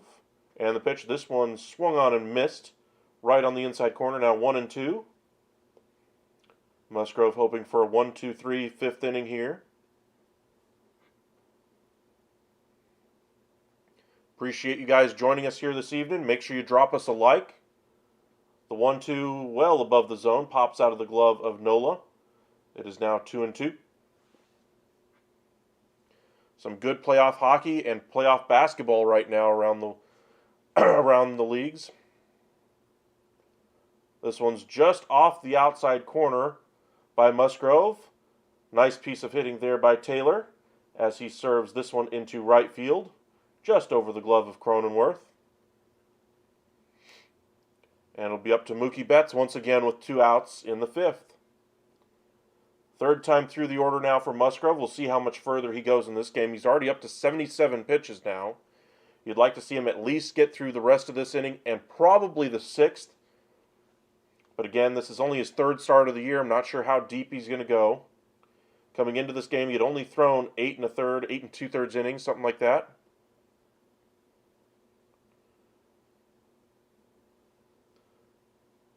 Musgrove is set. And the pitch to Betts. Hard hit, but Tatis Jr. has plenty of room there, kind of angling over. Kind of a weird route to that ball, but is able to make the catch, and that'll certainly help a pitcher's pitch count. 1 pitch, and that retires Mookie Betts. We go to the bottom half of the 5th, 2-0 our score. As we were mentioning, a lot of the discussion is going to start turning towards the trade deadline, improvement rosters can make, rosters where they could have their, the one area of their team they really need to address. My team, the Rangers, the biggest thing they need to address is their bullpen right now. And we've seen them cough up a number of games. I think we've seen them in the last 2 weeks cough up 6 games. That's 6 losses you could take out of their record and put on the win column if they just had a bullpen that didn't blow multiple games against inferior opponents. You look at the 3 losses to the Reds, the 1 to the Athletics, the one I actually saw in person, and then we saw them lose to the Diamondbacks late, and then the first game of the series they had against the Angels, they lose in extras as well. But things have not gone well for Texas out of that bullpen ever since the first few weeks of the season, where I think they were kind of playing a lot of multi-run games, and so their bullpen, their close game, their A bullpen, if you will, the guys they're going to go to try to get a save or a tough out, those guys really have struggled so far this year. Jose Leclerc, Will Smith, etc. They don't really have anybody they can go to in one specific spot and know it's an out. Jonathan Hernandez has probably been the best of that group, but they need to address that bullpen. We just mentioned Liam Hendriks. That was a guy I penciled in as possibly being a nice addition for the Texas Rangers bullpen because the White Sox had enough bullpen arms out there that I thought it would have been a nice option for the White Sox to try to trim salary. That still remains the case. As long as Hendriks is healthy, I expect the Rangers and a number of other clubs to have interest. Now, the Angels have had a pretty good bullpen all season so far. The start that they had today, though, you would not be able to tell that. Their bullpen gave up so many runs it wasn't even funny. But sometimes you just have bad games, and so far they've performed very well. Other teams out there, like the Atlanta Braves, they've got a pretty good roster all the way around. If you're nitpicking a little bit, you could look at their left field DH spot and maybe add somebody there. Looking at these 2 teams specifically, maybe the Padres could use somebody behind the dish, backing up Nola, maybe more of an offensive-minded option there. They could use a little bit more of a defensive-minded center fielder or maybe another bat to put on that bench. Their rotation, I still really like that, so I'm not really worried about them. but their bullpen, they could always use an arm. For the Dodgers, I think they just need more talent, period. Whether that be going out in there and getting some cost-controlled guy because they don't want to increase their salary too much and giving up some younger players, whether that be improvement from within by promoting guys like Michael Busch, among others. Whatever the case has to be for the Dodgers, I think they just need some bats in that lineup right now. But Adam Engel right now is up 1-1 against Julio Urias, hitting .224 on the year. Does have a couple of home runs. Urias has been very dominant so far. 59 pitches, 44 strikes, as that one misses the zone. The set here by Urias, and the pitch right on the outside corner. Now 2-2. Engel being very patient here. Padres, by the way, have won 5 of their last 7 games.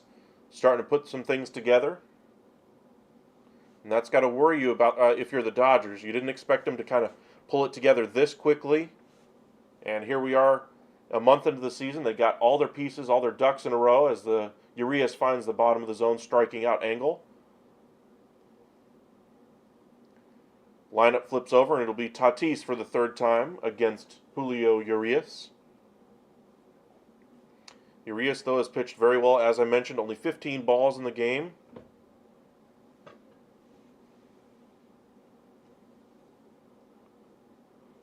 The set and the pitch. Another hard hit ball, but right to the third baseman. Muncy, a strong throw over, easily catches Tatis Jr. And as I mentioned, Tatis kind of hit one off the end of the bat, flared it out into short right center, and it fell for a double, and he came around to score. The last 2 times he's come up there, he's hit it right on the screws to Muncy, and both times Muncy has made the play. So, again, that's baseball. Sometimes you're going to get some that fall in that really shouldn't. Some you're going to get some taken away that probably, if they're hit pretty much anywhere else on the diamond, would actually go for a hit or maybe an extra base hit. This one catches the very outside corner as something goes into Machado's eye, it looks like. Looks like he broke his glasses, too.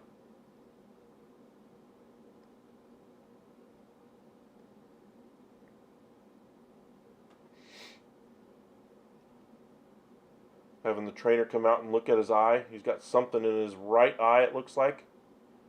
Maybe something flew underneath his glasses. They got some eye drops out there for him.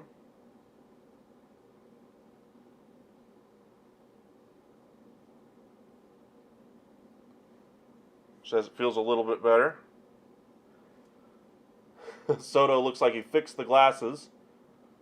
Nice work there. I don't think I've told you all this, but I'm a guy who actually works in glasses, so I think those might be the removable side pieces that are on some of those Oakley frames. Kind of cool. Not often I get to incorporate my work with this job here. Off the end of the bat, flared into center, and that's one's going to fall in there for a base hit. So whatever it was that they flushed out of his eye, I'm sure the Padres are happy they did. And Machado is now 3 for 3 in the game with an RBI and a run scored, raising his average to 256 now. Nice work. Some of those interchangeable side pieces, though, don't exactly fit great. So I would say usually stay away from them unless you're willing to, have them fall out on you constantly.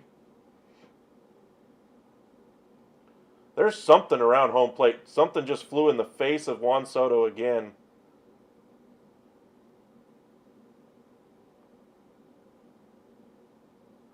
Somebody just needs to take a can of bug spray out there now.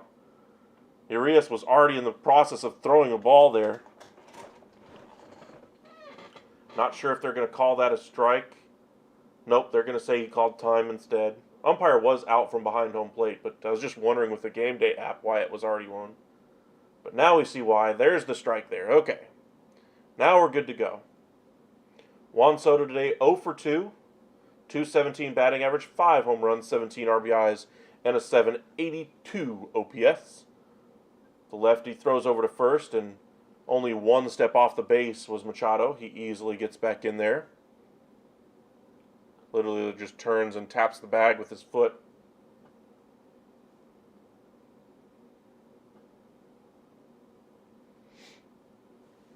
The 0-1. Fastball on the inside part of the plate, just driven straight back to the screen. I'm sure Soto would love to have had that one back. Pitch he could drive. But we've seen a lot of that from Soto. Pitches he normally is able to handle when he's on is just missing. Soto in his career versus Urias is 0.45 average, 1 for 22. That one is a home run. Soto gives a nod back to Urias, knowing, hey, that pitch was right in my wheelhouse. Throw it there again. This one lifted into center, off the end of the bat, Outman onto the warning track in center, and makes the catch for the third out of the inning. Through 5, 2-0, Padres on top. The no-hit bid by Musgrove is over, though. No runs, 1 hit, no errors for the Dodgers so far today. 2 runs, 7 hits, no errors for the Padres. But as I was mentioning, so as we start seeing some of these teams start to fall by the wayside here early in the season, a couple of teams we didn't expect to be this far back this early, of course, is the Cardinals. My pick to win the NL Central, and the Chicago White Sox are going to have plenty of options out there for teams to try to pry off of their roster. There's going to be a lot more buyers this year than sellers. The AL West is going to be very competitive. I think the Rangers are still looking for one more bat.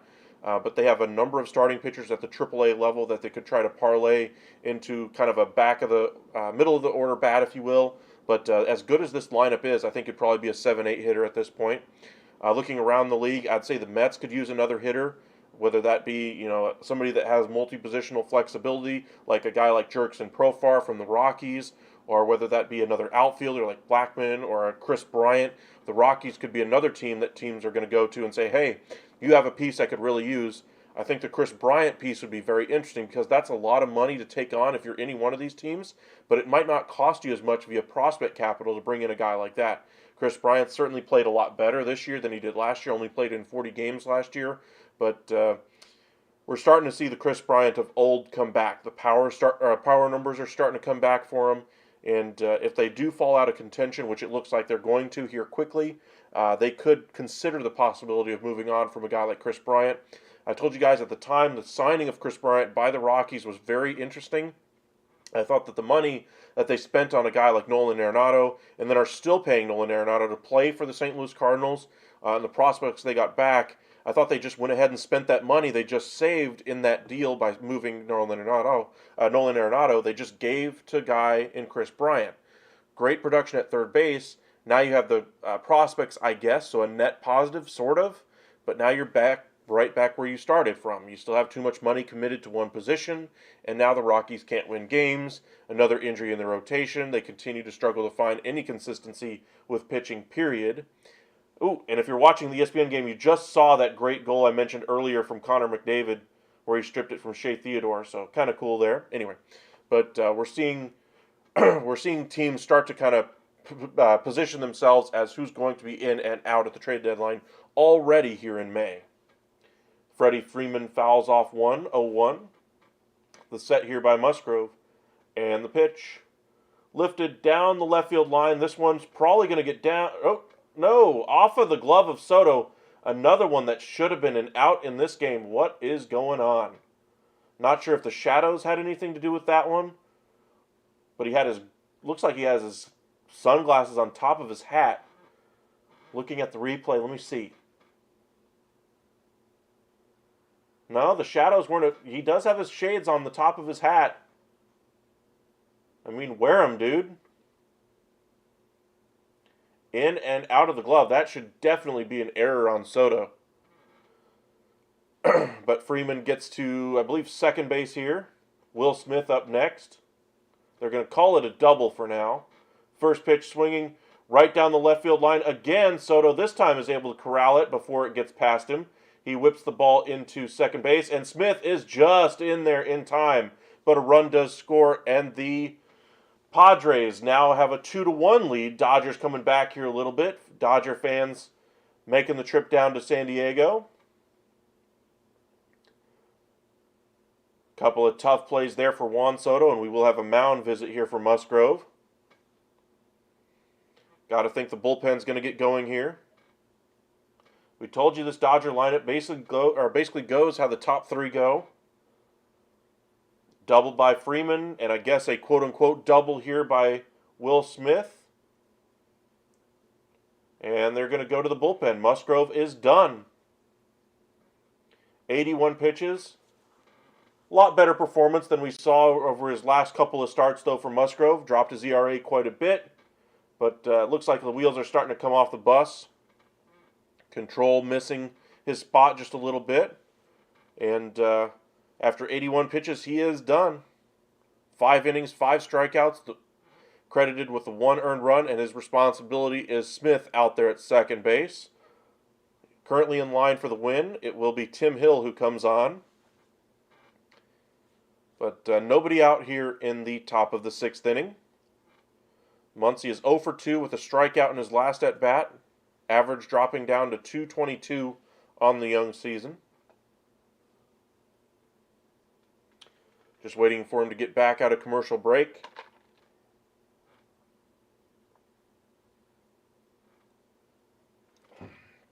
But as I mentioned before, there's a lot of teams kind of positioning themselves already. Some of these big losing streaks we're seeing already is pushing teams out of contention this early in the season. We knew the Washington Nationals were not going to compete, but maybe they could trade off some of their guys that are on one-year deals, Candelario, etc., maybe a guy like Carl Edwards Jr. in their bullpen. They're not going to have too much to sell this year. They pretty much emptied their coffers anyway over the last couple of years with trades with the Dodgers and the San Diego Padres. The Pirates get the job done signing Brian Reynolds to that contract extension, but they still have a couple of guys they could move at the deadline if they fall out of contention. Guys like Carlos Santana, etc. Currently they're in first place, but as I mentioned, they've lost their last 7 games. And they played great the first part of the season, but as we get later into the season, they're going to want to bring up some younger guys, and maybe moving a guy like Carlos Santana would allow them to have a roster spot for him, whoever they decide to bring up. San Francisco could have some arms available. They have Doval out there in the bullpen. I expect him to be their long-term solution out there as their closer. But if they really fall by the wayside, maybe they see an opportunity where teams are hungry for bullpen talent, and maybe they decide to move off of him. Conforto, of course, signed there with that big contract this offseason. Haniger could be an option at some point. They signed Manaea and Stripling. If they start to pan out, maybe they get those contracts are moved because they may opt out of their deal.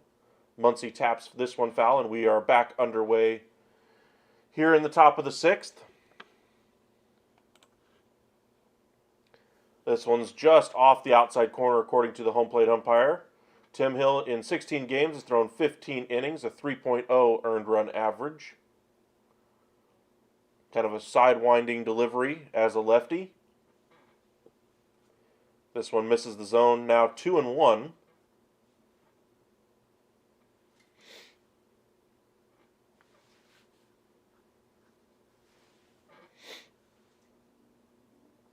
Make it 3-1 as that one misses low and in. Not exactly the worst idea. Walking a guy like Muncy here sets up a double play. You don't have to worry about giving up a home run. But it is left on left. You don't just want to surrender it. Fouled off here by Muncy. Jason Hayward waiting on deck. 0 for 2 with a couple of strikeouts. Josh Outman would follow.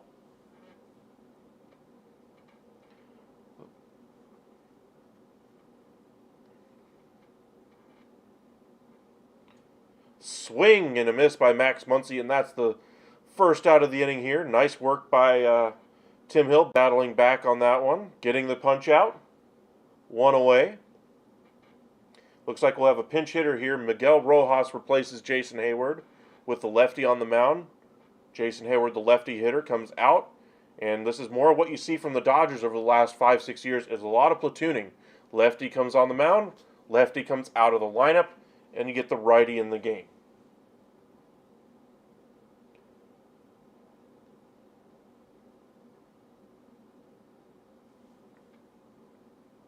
Looks like we're going to get a mound visit here before the bat begins, though. See what they want to do to attack the right-handed hitter. The line so far, Urias 5 innings, 7 hits, 2 earned runs, no walks, 1 strikeout, 67 pitches. Musgrove 5+, 3 hits, 1 earned run, 3 walks and 5 strikeouts, 81 pitches. Of course, we mentioned he is still responsible for the runner out there at second base. Miguel Rojas, a 22 OPS plus. That's not going to get the job done. 178 batting average, no homers, no RBIs, and a 445 OPS. Coming over from the Miami Marlins this offseason. Suffice to say, the offense is not there. You won't confuse him for Trey Turner, that's for sure. Strike one on the inner half of the plate. Letter high. 0-1.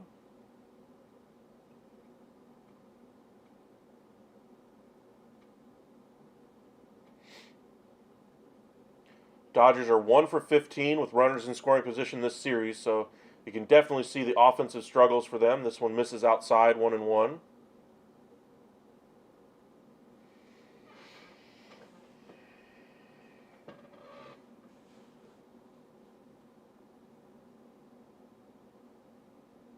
That one misses north of the zone, now 2-1. Dodgers base hit here, probably scores Smith. Very important run there. This one's lifted into right center, making the play on it is Engel, flipping it onto the infield though. And did they get the runner to third? I didn't see him there. Waiting for them to show. Looks like he did stay at second base. 2 away here in the top of the 6th. It'll be Outman next. Takes ball. 1-0.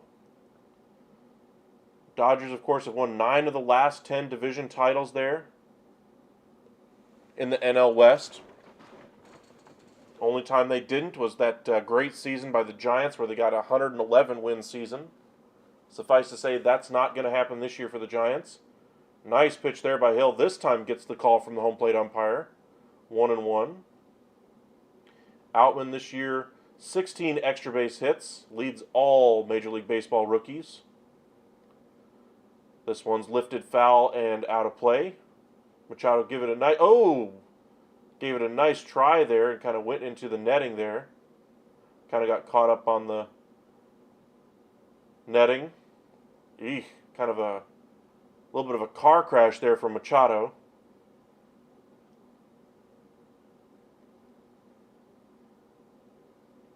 Some ladies there helping him out of the net. Ouch. That low wall kind of right at knee high and just kind of spun over into the net.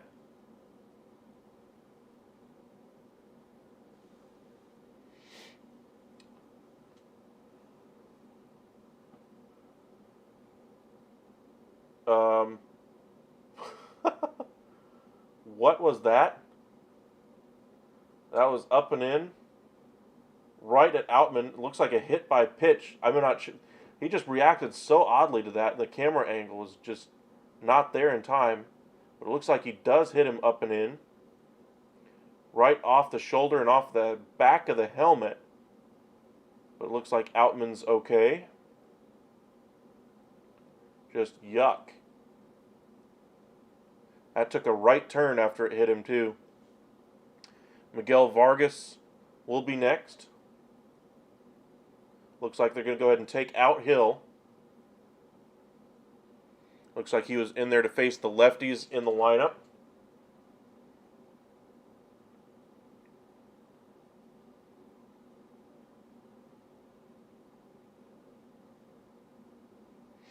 Machado says thank you for untangling him from the net as they show the replay of him going into the netting. It'll be Steven Wilson coming on for Tim Hill with 2 on and 2 out here in the top of the 6th. 1 run already in for the LA Dodgers. Appreciate all 20 of you guys joining us right now. Make sure you hit that like and subscribe.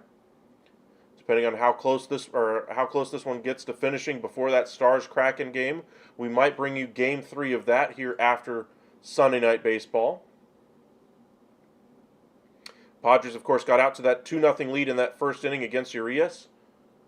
Tatis and Machado pretty much doing all the damage right now for the Padres, but they've got 7 hits in the game overall. Urias, even with those 7 hits, though, has pitched very well. His defense hasn't worked great behind him. Looks like they've taken an error off the board. 1 run, 3 hits, no errors for the Dodgers. 2 runs, 7 hits, no errors for the Padres. Musgrove got the start for the Padres.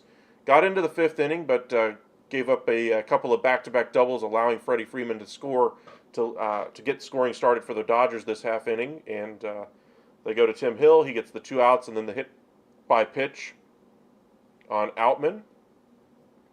And now we get Steven Wilson coming in next.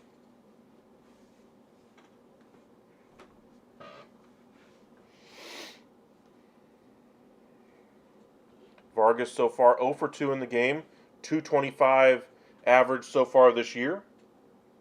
Thank you guys for liking the video. Really appreciate that. Appreciate it.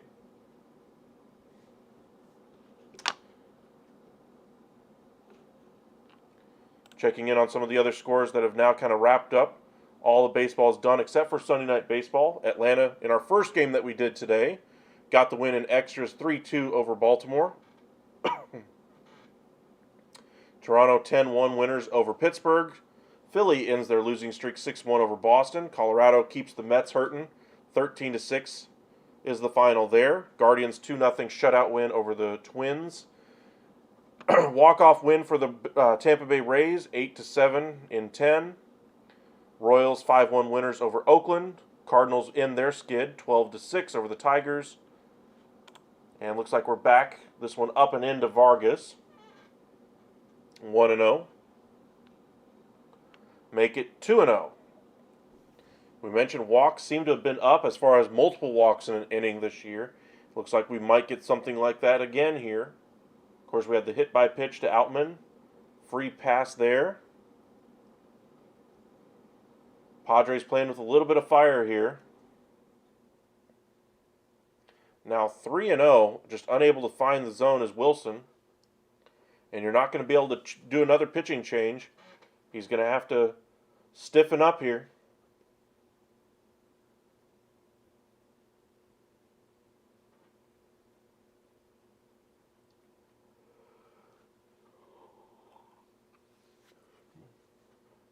And a 4-pitch walk. Bases are now going to be loaded, and it's going to be Peralta next. Don't think they'll pinch hit for him here.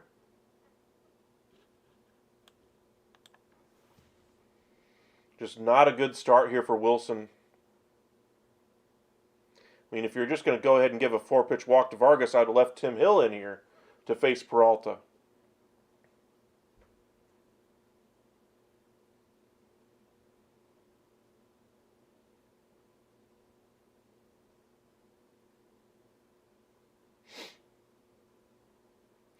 And that's the 5th straight ball here for Wilson. I'm coming out from the behind home plate if I'm the catcher, and they do.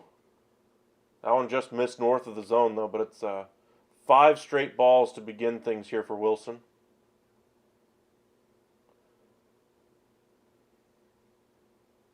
Looks like, according to pitch tracks, looks like it would have hit the top of the zone. Pitching coach is coming out to have a word with him as well. Telling him, hey, bases are loaded, make him hit it into the field of play. You got a good defense behind you. Yada, yada, yada. There's your pep talk. How'd I do? You need 7 runs to hit your parlay? Well, you still may get there. You're already at 3.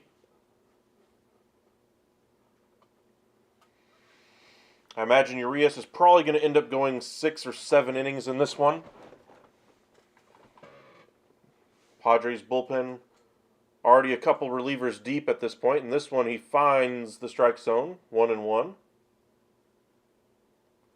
Musgrove and Tim Hill look on intently as they were not able to get out of the inning unscathed.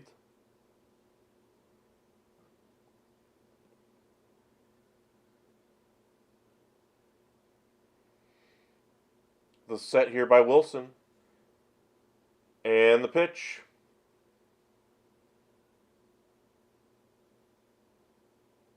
Eventually. Just on the inside corner, fouled off. Now 1-2. Padres 1 strike away from getting out of this bases loaded jam. Best threat the Dodgers have had all game. 1 run already in the inning.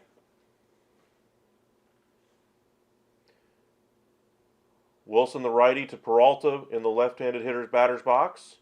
The set and the pitch. This one's popped up. This should do it. And Kim is calling for it and makes the catch for the third out of the inning as Hill and Musgrove celebrate in the dugout as Wilson's able to get the job done. We go to the bottom of the sixth. Padres in front, 2-1 our score.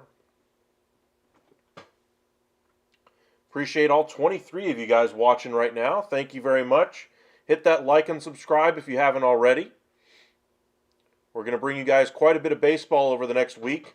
Monday, we're going to bring you Texas and Seattle at 8:40, so make sure you join us tomorrow for that one. Tuesday, we'll bring you some more AL West action, either the Astros and Angels or the Rangers and Mariners on Tuesday. Wednesday, there's not a game late enough in the day for us to be able to do, unfortunately. Thursday, we'll bring you either the Giants and Diamondbacks or Rangers and A's. Two okay games. There weren't too many options anyway available at that hour that evening. And then Friday, Saturday, and Sunday, we're going to bring you all three games of this series here, Dodgers and Padres. So make sure you are set for that one. Sunday, we will also have the early game for you, the Peacock game, the LA Angels versus the Cleveland Guardians. And then the Sunday night baseball game, I believe that's St. Louis or Atlanta versus Boston. I can't tell which, but reading my writing from across the room anyway. That will be the late game on Sunday we will have for you guys. And then we'll have the Dodgers once again on Monday against the Twins. So if you're a Dodgers fan or a Padres fan, make sure you join us. How do I choose the games? Primarily, I just try to choose different games that are at least going to be competitive between a couple of good teams. During the month of April and May, I'm trying to also cover all of the teams from around Major League Baseball. So, for instance, the Oakland A's are probably not going to win 40-plus games this year, honestly. So I'm trying to do as few games of those as I could. So I did them in the opener, which actually turned out to be a very interesting game with Shohei Ohtani on the mound. That was the game that before the game, Anthony Rendon of the Angels chose to throw a punch at a fan. So we got the Oakland A's out of the way. We may do an Oakland game later just because of the late hour. But I believe we've done a Cincinnati game already. So we're trying to get some of the teams that aren't expected to be competitive or to be, at the top of the division for any one of these any one of these divisions, some opportunities to at least be in our live streams early. But usually I try to pick the games that are going to be most competitive. Later on this year or this month anyway, at the beginning of next month, the Yankees face the Dodgers. We're going to try to cover all of that series.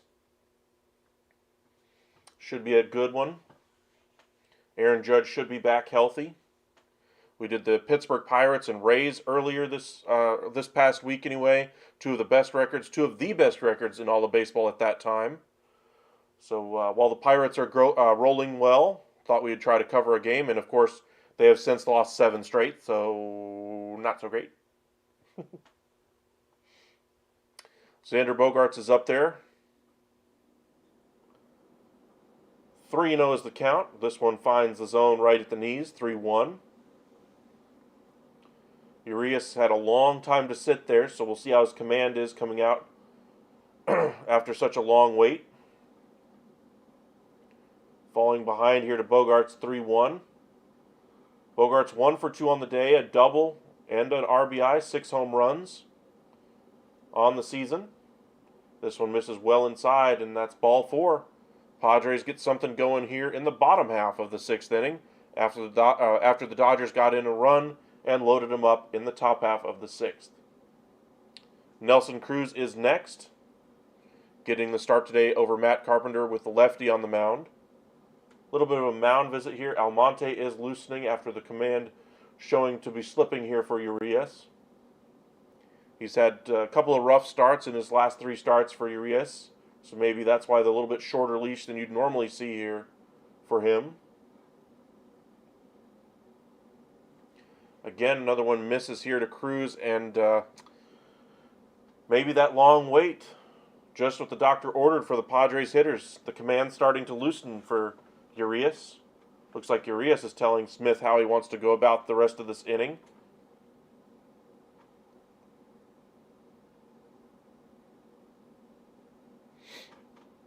He is definitely going to earn a healthy contract after this season. So if you're a team that needs some starting pitching, we talked about that with the Baltimore Orioles in our first game today. I think he would be a great fit at the front of their rotation if the Dodgers decide to go after Shohei and don't have the money for Urias after that. This one finds the zone, 1-1.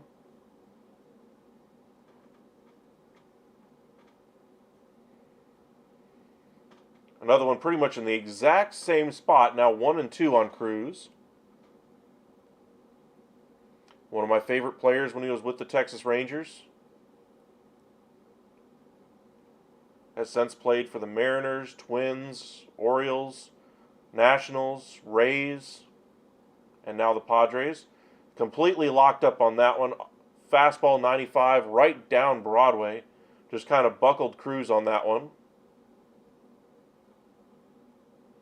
And Cronenworth will be next. Not exactly sure what Cruz was looking for there. Looks like Urias pretty much just went right after him with all three of those pitches. Cruz, you could tell, was upset with himself, saying wow as he went back to the dugout. Lefty on lefty here with Cronenworth at the plate. Fouls this one back. Behind 0-1. Cronenworth today 1 for 2. Average at 248 as Urias throws over to first here. 3 homers, 14 RBIs, and a 770 OPS for Cronenworth. He's taken over first base with guys like Eric Hosmer no longer there. Will Myers, Josh Bell has since moved on. They traded for him at the deadline last year. Brandon Drury, who got some starts there as well, is also no longer with the club. He has moved on to the LA Angels, playing first base primarily for them. This one misses the zone, now 1-1. A little bit of a revolving door over there at first base. Cronenworth, not your typical first baseman. A little bit shorter in stature, more of a contact hitter, less of a power hitter. Does it a little bit differently, but with the lineup that has Juan Soto, Machado, Tatis, Nelson Cruz in it, they have the power covered for you. Guys that get on base, something like that, would be a little bit more at a premium, and Cronenworth does that very well. So far this year, only hitting 248, but I expect that to rise as we go later in the year. 2-1 now. That one misses outside. 3-1 to Cronenworth. If you guys are just joining us, the Padres jumped out to a 2-0 lead in the bottom of the first. Dodgers got a run back in the top half of the sixth as we sit here in the bottom of the sixth inning. This one's lifted foul, and it's now 3-2.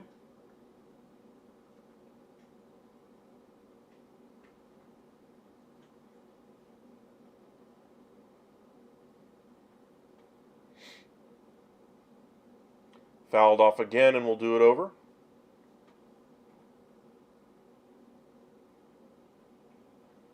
Still very bright out there on the west coast. Looks like the flies or whatever was around the home plate earlier that got in the face of Machado and Soto has since moved on.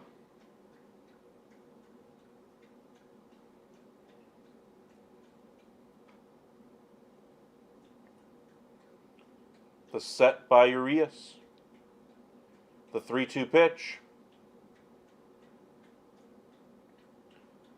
Foul tipped right into the mitt. Smith able to hold on.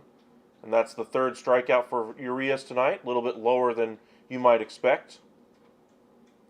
But he's pitched well. 5 2/3, 3 strikeouts, 2 earned runs. Thrown a lot of strikes. Out of 84 pitches, has thrown 60 strikes, as that one misses well inside here to Kim. Kim 1 for 2 on the day, a 223 average for the year so far. Got to think this is probably the last hitter here for Urias, just based on that bullpen already getting going. That and just the expression of Urias out there, not happy with where his locations are going. 85 pitches, though, is not a whole lot, but we're still early in the season.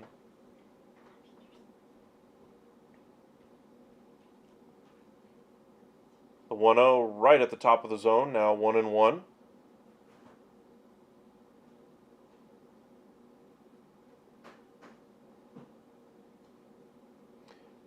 Urias has only thrown 100 or more pitches in 5 starts in his career, including the playoffs. That's 114 games he's been a part of. This one lifted into short center and gets down in front of Outman. And they will have runners at first and second with 2 away. Looks like this might be it. Looks like Dave Roberts is indeed coming out. And looks like they're going to go to the bullpen. They're going to go to Almonte, it looks like, against Austin Nola. Urias unable to get through 6. You can see how low that pitch count is. I wonder if they're just trying to protect him a little bit. Looks like that's what they've done through his entire career, though, only allowing him to go over 100 pitches 5 times in 114 starts. For as good and as dominant as Urias is,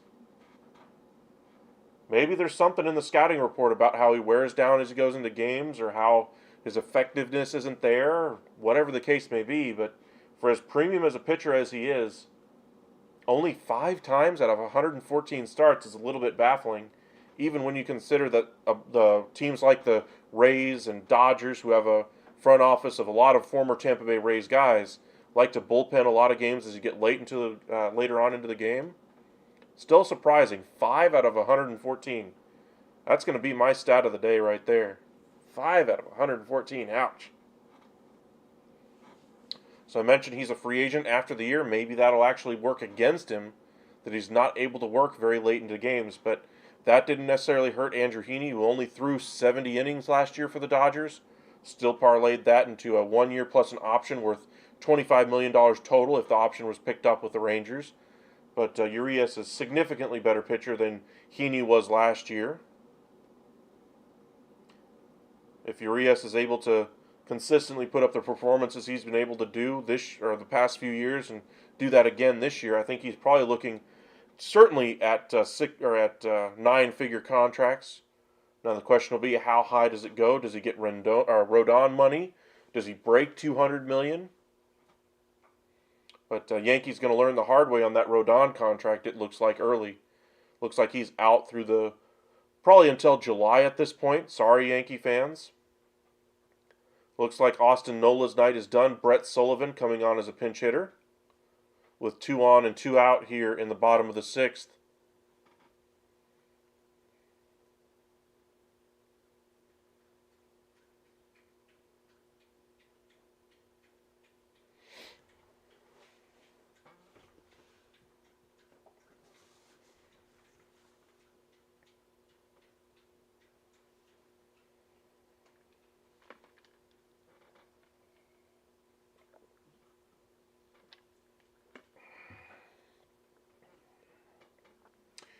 Urias' line, 5 innings, or 5 2/3 innings, 8 hits, 2 earned, 1 walk, and 3 strikeouts.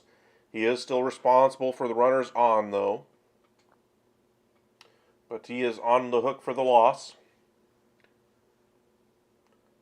Almonte, the righty, coming on, and with his announcement, Sullivan has been announced as the pinch hitter. Almonte in 14 games, 13 innings, a 7.62 ERA. Sullivan this year hitting .250, 1 homer, 4 RBIs, 786 OPS. Takes ball 1 there. 1-0 the count. Padres with a chance here to kind of open up the score just a little bit.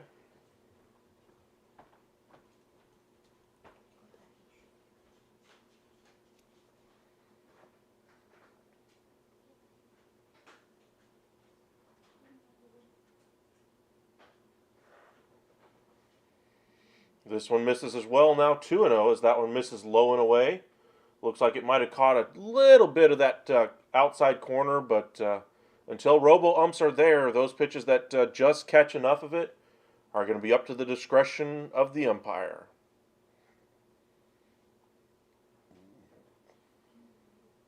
The 2-0 fouled off.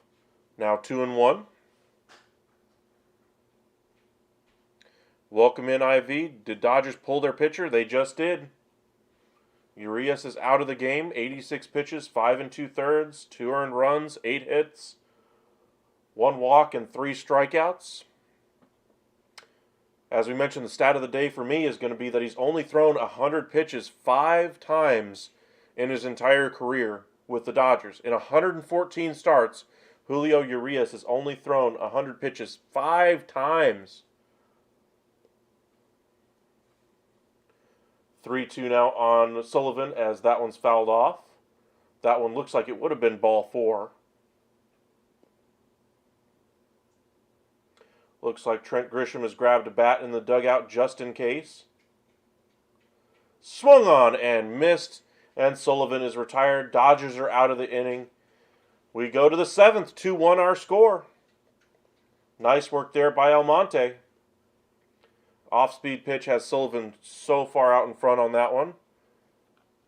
But 1 run, 2 hits, no errors for the Dodgers. 2 runs, 8 hits, 1 error for the Padres. We'll see if they keep. We'll see if they keep Wilson on the mound here as they go to the 7th. Remember, he did have that 4-pitch walk to kind of open things anyway when he first came out of the bullpen the last half.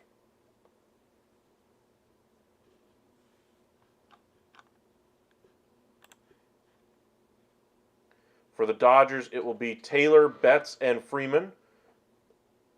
Freeman, of course, scoring. Looks like that they did turn that double from Freeman into an error on Soto.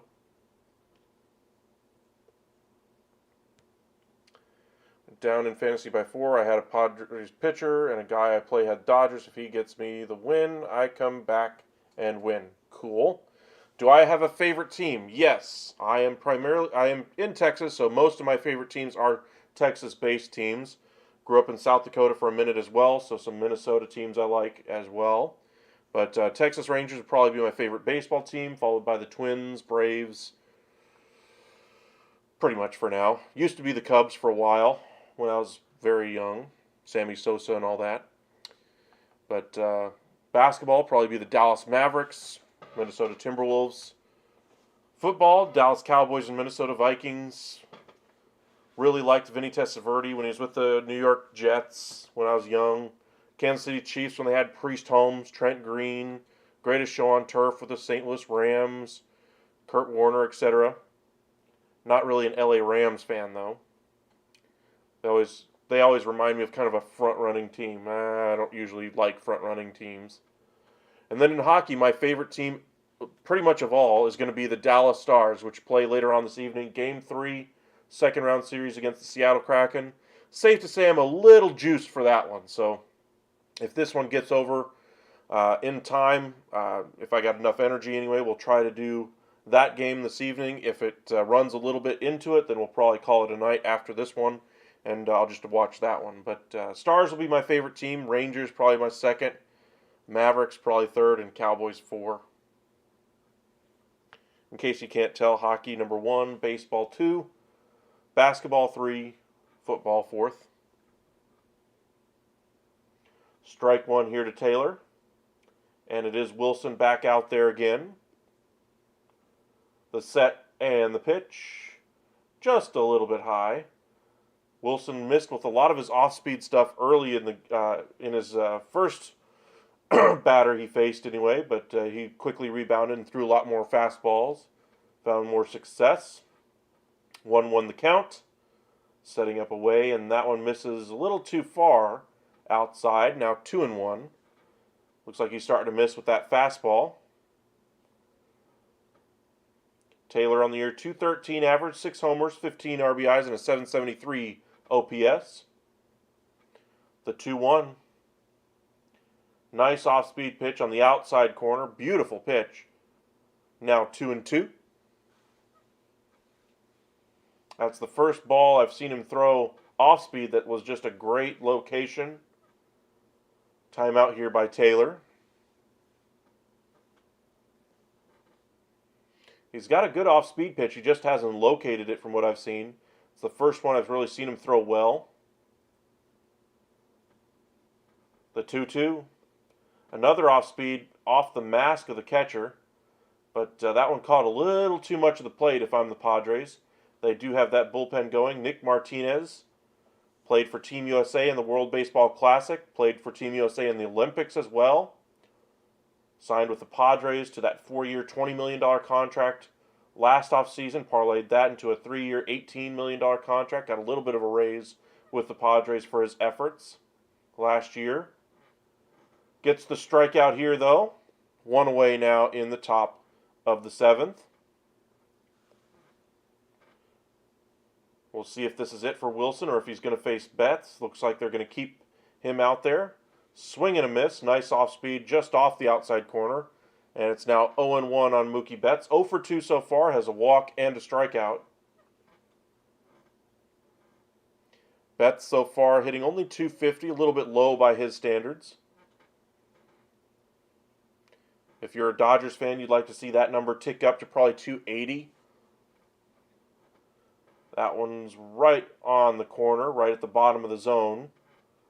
0-2. Looks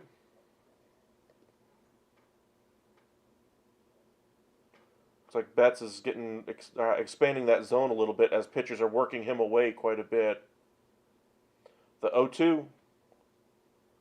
That one well outside. Check swing. Did he hold up? No, says the first base umpire, and Wilson is pumped on the mound. I mean, Betts is struggling. I'm not sure if he went around completely. Let's see the replay. Loads.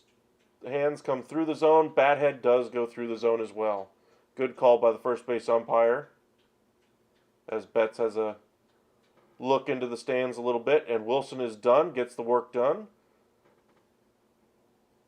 1 inning pitch for him. Got the job done last inning and gets the first couple outs here in the 7th. It will be Martinez to face the lefty Freeman. He's 0 for 3, struck out, scored a run. Originally had it scored as a double, but changed to an error on Juan Soto. And he got that rally really going for the Dodgers back in the 6th. 2 outs, though, here in the top of the 7th. Nobody on. Padres looking to keep this game pretty much right where it is. If they do win, they do move within pretty much a game of first place in the division. That'd be exactly what the doctor ordered if I'm the San Diego Padres.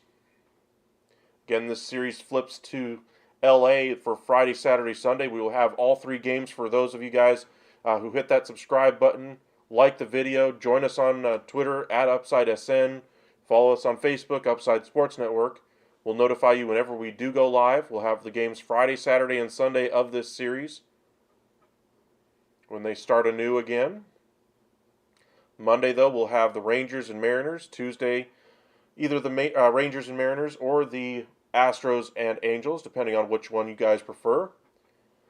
Wednesday, we'll take the day off, and then Thursday, we'll go to some more baseball, either the Giants and Diamondbacks, the other 2 divisional foes for these 2 here, or the Rangers and A's.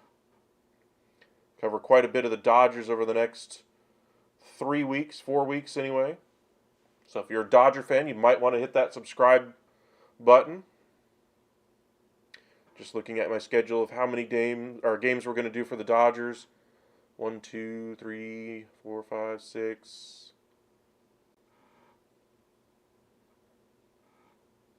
Looks like 6 games in the next month for the Dodgers will cover. First pitch from Martinez to Freeman right at the bottom of the zone. Strike 1 here. Where's number 21? Started his career as a middle infielder, I believe, for the Tampa Bay Rays. Switched to being a pitcher with the Texas Rangers. Found himself in Japan. Worked on his game. Came back. And found his way onto the Olympic roster for Team USA.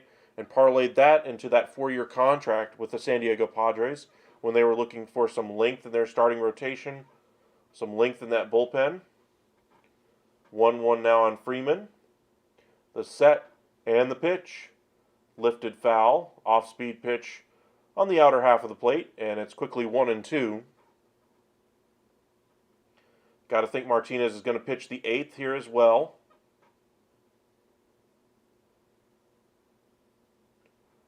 The set by Martinez, and the pitch.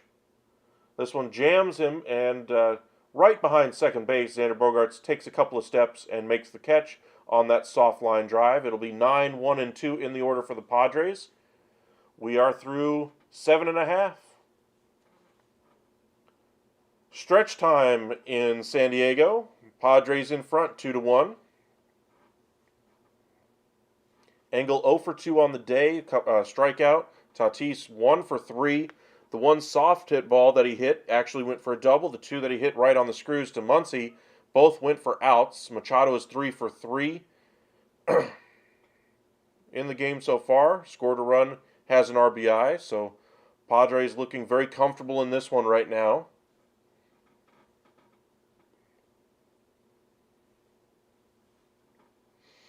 Appreciate you guys joining us.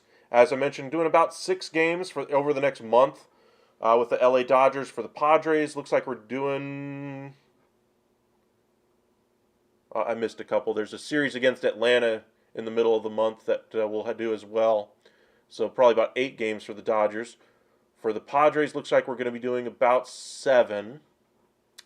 But we do not just cover the NL West, covering a little bit of the NL Central as well. Covering a few games for the Twins. Got a few of the Mets as well that we're going to be doing. A lot of the Houston Astros and Mariners games. A lot of the late games during the week is what we'll primarily be focusing on. And so some of those teams that are normally East Coast teams that we never get to cover, that are out there facing like the Mariners or the Giants or the Dodgers, we'll try to catch them when they do play on the West Coast. Because usually I can get some of those later games in. The 7 o'clock starts, 6 o'clock starts are a lot tougher for me to get home from work and be able to do. And then Wednesday, got my schedule changed at work this week to where I can have Wednesday off and do some of the afternoon baseball games on Wednesdays going forward. So that will start, I believe, in June when we get to do some of those. So keep your eyes peeled for some afternoon baseball games here at the Upside as well. Make sure you hit that subscribe button as we're going to try to bring you as much content as we can. But we don't just cover baseball. As I mentioned, we cover the NFL, the NHL, and the NBA.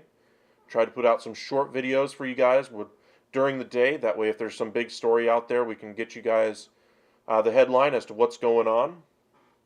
Put out a couple last week about the Dallas Cowboys and their possibility of bringing back Ezekiel Elliott after not signing a major free agent running back or trading for one or even drafting one high in the draft.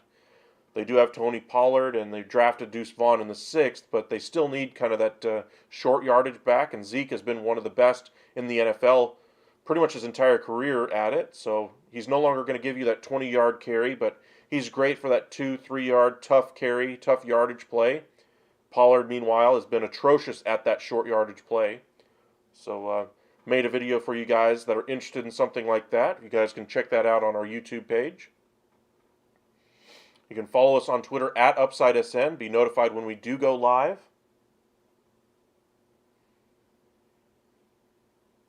Kind of cool as we're seeing the home run by Bartolo Colon. He threw out the first pitch at the Mets game today. He hit it against James Shields in San Diego, so that's why they're showing it on Sunday Night Baseball. But he was honored by the Mets today, being allowed to throw out the first pitch. Big Sexy, as his nickname was.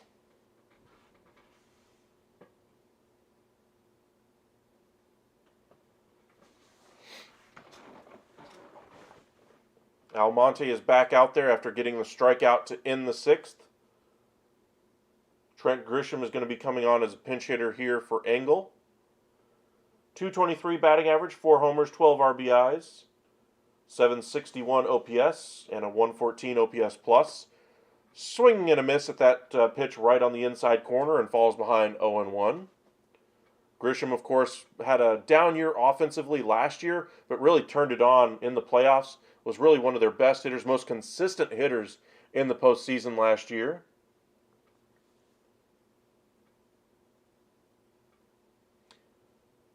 So far in his career, 3 for 7 off of Almonte, does include a home run. This one's lined back to the screen, and it's quickly 0-2. That pitch caught way too much of the plate, though, if I'm a Dodger fan.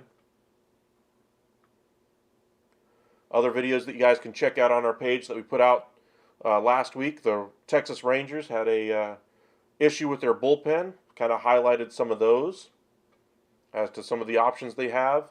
You guys can check that out as well. Try to put out some short content for you guys, so that way if you're busy at work, short little 15-second video is what we've been trying to keep it to. And then if you like some of the longer content, we do try to cover a lot of that during our live. And sometimes we'll post some longer ones for you guys if you want more detail on the story. Grisham rolls over one to second base, one away. Tatis Jr. 1 for 3 coming up. Scored a run here in the game. Appreciate all you guys joining us right now. Make sure you hit that like and subscribe. Be notified when we do go live once again. First pitch here, right on the outside corner. That one looked like it was a couple inches off. Tatis Jr. has a word for the umpire after that one. This one fouled off by Tatis Jr. It's now 0-2 as he drove that one back to the screen. Almonte working quickly here. Another one fouled off. Remains 0-2. In his career versus the Dodgers, Tatis Jr., or in the series anyway, is 6 for 12 with a couple of home runs.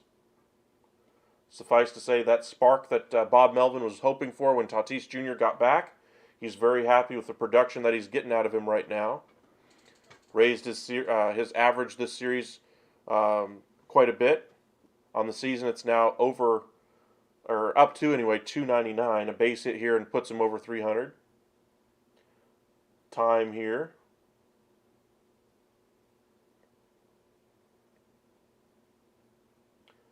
Looks like they're going to say a pitch clock violation. Sorry. Now 1-2. That one misses well outside. Now 2-2. Look how quickly the dynamic of this count changes because he can't keep up with the pitch clock. Almonte just taking too much time. That one misses even further outside. Now 3-2. Almonte kind of got himself in hot water with that inability to deliver the ball to home plate in time. Still in it though. Almost got the strikeout on that last pitch by getting Tatis Jr. to chase. See if he goes right back to it. This one right on the inside corner. Unable to make contact with it, and Tatis is down swinging. 2 away, Manny Machado up next. 3 for 3 in the game. Doubled, scored a run, had an RBI as well. He's been fantastic for them. Raised his average up to 256 on the year. First pitch on the outside corner fouled away. Juan Soto waits on deck.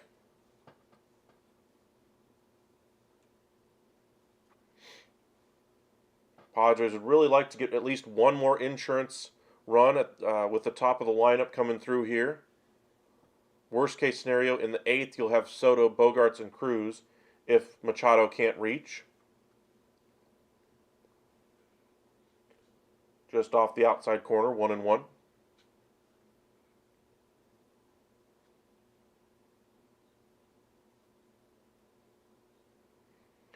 The set here by Almonte. And the pitch. This one's jammed a little bit, and Machado is going to be retired for the first time in the ballgame as Peralta makes the catch after taking a couple steps back. And we go to the 8th. Padres in front, 2-1. 1 run, 2 hits, no errors for the Dodgers. 2 runs, 8 hits, 1 error for the Padres so far today. Padres have had their opportunities to get some runs across. Dodgers had a good chance in the 6th, but only pushed across to 1 run. And that's been really their only opportunity in the ballgame. No home runs yet in the game either. Some questionable defense early on in the game by both sides. Juan Soto with the only error in the game, but we've seen one bounce off the glove of Outman, one off of the glove of Betts, one go under the glove of Vargas. And then Urias was not able to throw out the runner at first base. That scoring decision was originally ruled an error. Switched to a base hit now. But questionable defense from both teams in the game. Trent Grisham is going to stay in the game in center. Looks like we will have Nick Martinez back out there. Will Smith once again. Looks like the Leafs and Panthers have now gone to overtime. Very compelling series. I believe the Panthers lead that series 2-0, if I remember correctly.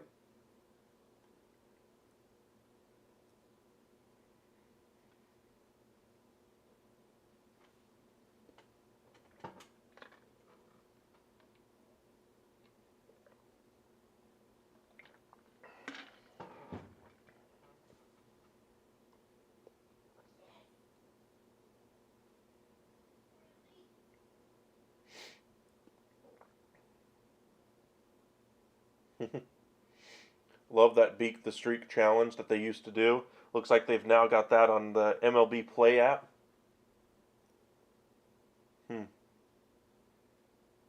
Looks like this is a little bit different version of it on that Beat the Streak. The Beat the Streak that they used to have on MLB.com was every day you'd pick one batter to get a base hit in the game. So you could easily string together 5, 6, 7 in a row, and you'd pick the same guys usually. You know, the Jose Altuves of the world, the Luis Arraez of the world, those kinds of things. Panthers just won. Wow. Is that now a 3-0 series lead? Will Smith is up here against Martinez. First pitch, driven into right center field. Will this get down? Grisham makes a nice dive at it. Tatis Jr. backs it up, flips it in, but that'll be another double here for Will Smith.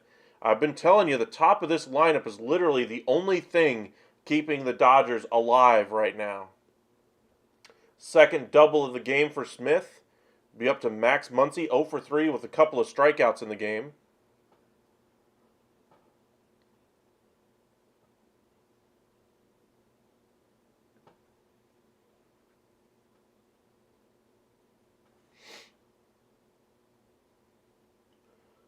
Base hit here makes it a very interesting game.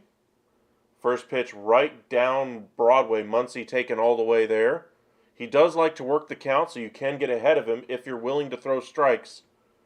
But if you're going to nibble around the edges, he's more than willing to take advantage of that as well. This one misses well outside of the zone, 1-1.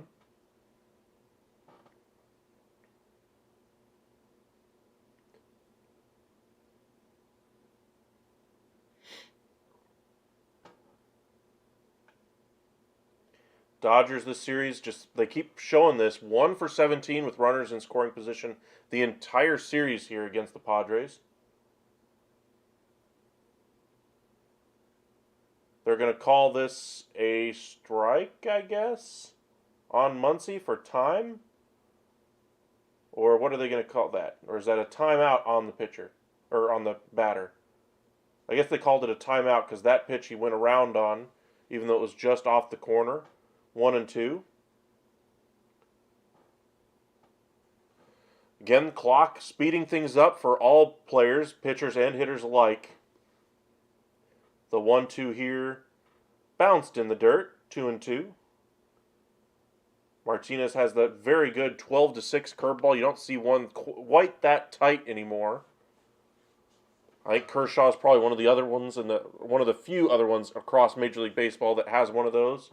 Yu Darvish is another one. Muncy in his career, 2 for 5 off of Martinez, does have a home run. The 2-2 pitch. Well inside, 3-2 now.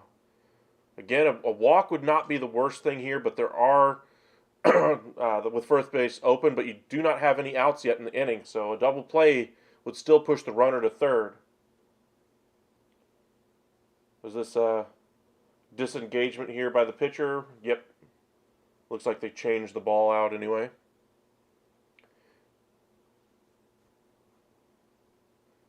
The set and the pitch by Martinez.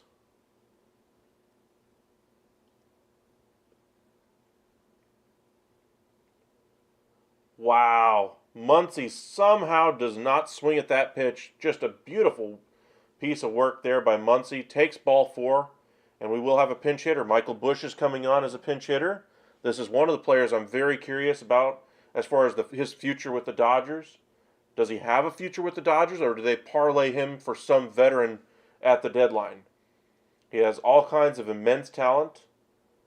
Looks like the Padres are going to go ahead and have a mound visit real quick with 2 on, nobody out for Martinez. Bush is a guy I could see having a big career in LA, but if they want to go for a win now type of a move, he could be the odd man out. I picture him as kind of the Gavin Lux, the way other teams viewed Gavin Lux the last couple of years. Gavin Lux is, of course, out for like 6 months right now because of an injury he suffered early on, right at the end of spring training or right at the beginning of the season, one of the two. But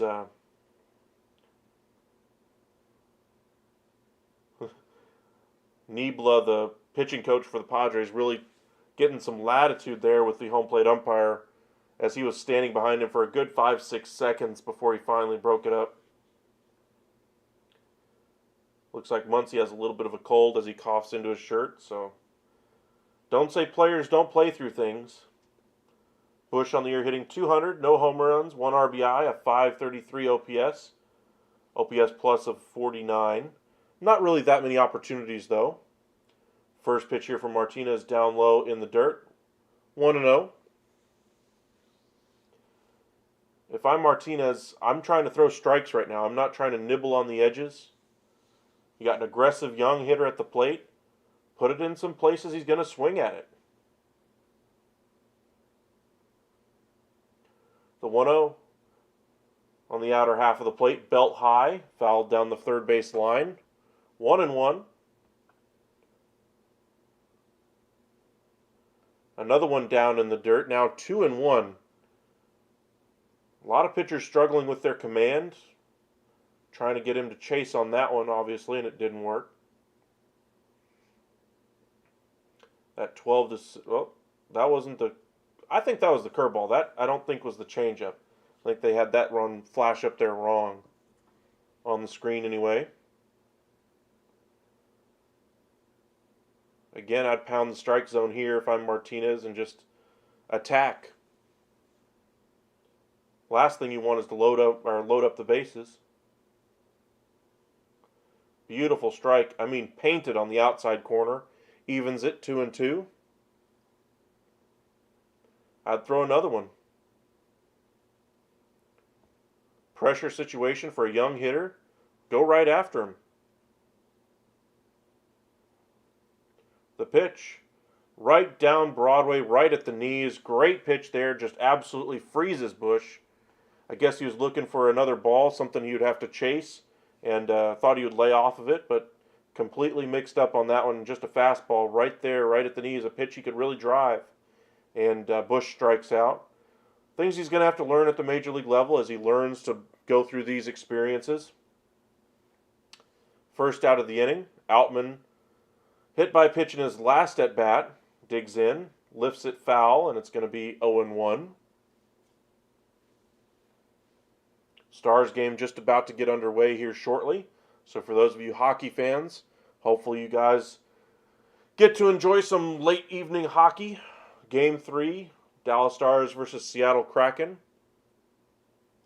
That one misses just off the corner inside. 1-1. Martinez up to 18 pitches through 2/3 of an inning. Came on to get the final out of the 7th and stayed out here for the 8th. The 1-1. Nice pitch right on the inside corner, right at the knees. Just perfect location on that one. 1-2. Josh Outman won the NL Player of the Month for April, March-April anyway. Josh Young won it for the Rangers on the American League side. Would really like to see him come through here if you're a Dodger fan. Really kind of launch his career as a Dodger, build up his confidence in these tough situations. This one off the end of the bat, flared out into left field. Soto is under it, makes the catch and flips it into third. Keeps the runner at second base, though, with Smith running. Not exactly a speedster. 2 on, 2 out. Martinez has done well to get around a couple of runners on to lead off the inning. It'll be Miguel Vargas next. 0 for 2 with a walk. It looks like they're going to keep Martinez out there. Ball 1 inside. Up to 21 pitches now on the evening. Base hit here could tie things, though.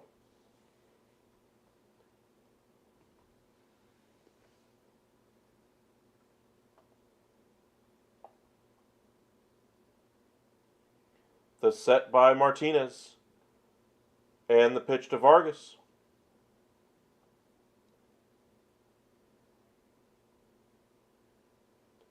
Right on the screws, and the leaping catch there by Bogaerts. What a play. That would have probably scored the run if that had gotten over the head of Bogaerts, and just makes a one-handed stab at it and makes the catch. Wow, that was a good piece of hitting, but better defense there by Bogaerts, and just exactly what you need if you're the Padres. If that ball gets down, that's an easy run-scoring single. Now that I look at it on second replay, it looks like Bogaerts almost jumped too high on that one as it kind of handcuffed him right on the palm of the hand instead of getting it in the webbing of the glove. But in either event, that's going to be the end of the 8th inning for the Dodgers. We go to the bottom of the 8th. Padres in front, 2-1. Again, we're going to have some baseball for you guys tomorrow night. Rangers versus Mariners. Tuesday we'll do either Astros and Angels or Rangers and Mariners. You guys tell us in the chat which one you'd rather see. We'll have the evening off on Wednesday. Thursday we'll do some West Coast action again. Friday, Saturday, and Sunday we'll have all 3 games of this series, the Dodgers and the Padres, as that is set to begin Friday the 12th, 9 o'clock start on that one. Make sure you guys join us. Should be a very entertaining series. Remember, they don't play each other as often this year. Schedule is a little bit different. Only play divisional rivals. 13 games this year as opposed to 18 or 19 anyway. Takes away a series for each team at home.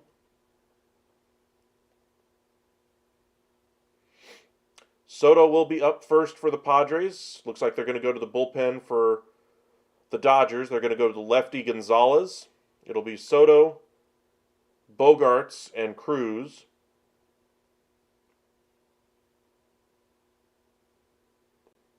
Soto 0 for 3 so far today. Missed a couple of different home runs by a few feet.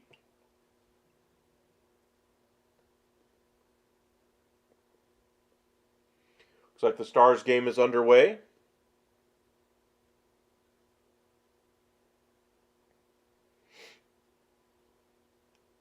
As Soto digs in. Will Smith's done his part to try to get this Dodgers team a victory. Couple of doubles in the game.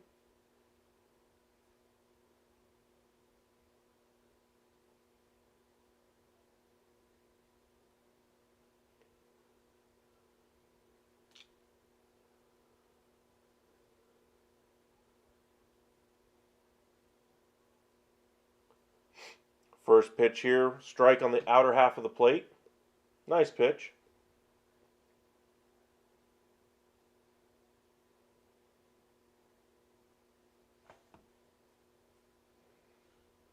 This one is tapped just past the pitcher who dove at it. This one gets by the second baseman as well, but not outside of the infield dirt. But that's going to go as an infield single. Basically works as kind of like a push bunt, if you will. But Soto gets his first base hit of the game. When I say soft base hit, I mean Charmin soft. Gonzalez just had to go out of the reach of his glove. Do or die play, kind of a glove scoop is what Vargas was going for. Wasn't going to get him anyway, but in either event, Padres have something cooking here in the bottom of the 8th. Xander Bogaerts due up next. 1 for 2 on the day, a double, an RBI, and a walk today. This one painted on the inside corner, 0-1. Padres would really like to get an insurance run. So far this year, he has 6 home runs on the year. Padres would love to see 7. The set by Gonzalez and the pitch. This one is tapped to second. Forces him out of the baseline and unable to make the play at first. Vargas again with questionable defense. If he just flips it to second, they get the easy force instead of wasting a few seconds trying to tag him. And then the shortstop can easily flip it to first for the double play, but instead he tries to tag him. Just questionable decision making here. Great job by Freddie Freeman to come off the bag and used every bit of his height to keep that from going over his head. Nelson Cruz digs in. First pitch, swing and a miss right at the bottom of the zone. That certainly would have made it a 4-1 ball game if he was able to connect with that one. Hitting .273 on the year, 3 homers, 16 RBIs. This one bounces in there, and it's 1-1 now. Cronenworth on deck. Josh Hader is loosening out there in the bullpen for the Padres, coming over in that mid-season trade with the Brewers. Did not perform well last year after that trade, but looks right at home now in San Diego. Cruz fouls that one off, and it's quickly 1-2.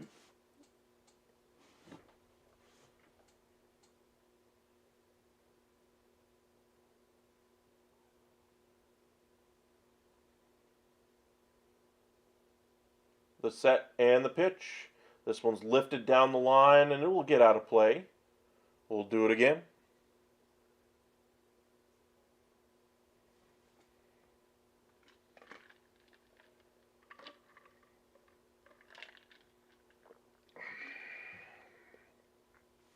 This one misses low and in as well. It's now 2-2.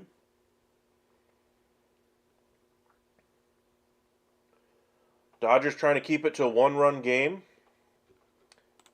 In the 9th, it will be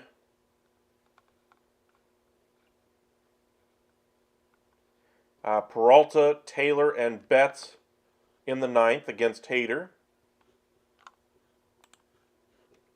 Swing and a miss, and Cruz goes down swinging on that changeup. Cronenworth next, 2 away here in the bottom of the 8th. Soto still on first base. Has not tried to steal yet. Strike right down Broadway. 0-1.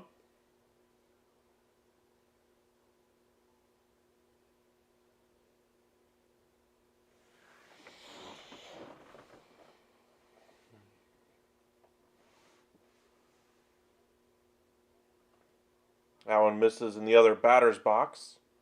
1-1 now. Gonzalez, the lefty, getting some good work in. Been very effective locating a lot of his pitches so far, but not that one.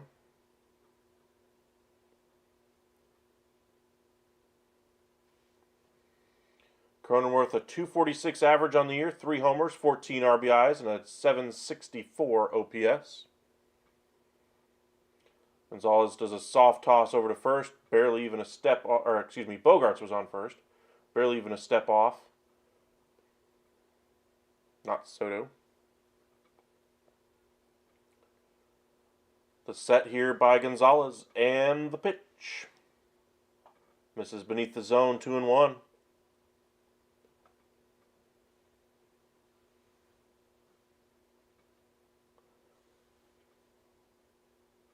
Josh Hader is ready when this inning does end. This one finds the zone, evens it up, 2-2 now. Nice pitch by Gonzalez. Cronenworth, one of the few lefties in the lineup against a left-handed pitcher in Urias. He's been left in against a couple of lefties so far. The 2-2. This one kind of a broken bat, soft liner, and caught by Taylor. That'll do it. And through 8 innings, it is all San Diego right now. 1 run, 3 hits, no errors for the Dodgers. 2 runs, 9 hits, 1 error for the Padres. To the 9th we go. As I mentioned, it'll be Peralta, Taylor, and Betts. On the bench, the Dodgers, if you're wondering who they could pinch hit with, they got a couple of bats on the bench right now. Trace Thompson, he's had his moments, has 4 home runs on the year. They could choose to go with him for one of these spots, maybe for Peralta. Austin Barnes is hitting 104 this year, so not exactly a huge threat offensively. So if you're going to pinch hit, I'd imagine it'd probably be Thompson for Peralta, but we shall see.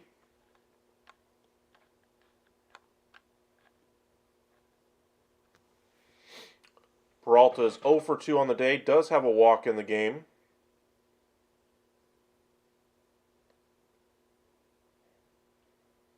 Maybe that patience is what they'd prefer to stick with instead of going with the power of a guy like Thompson.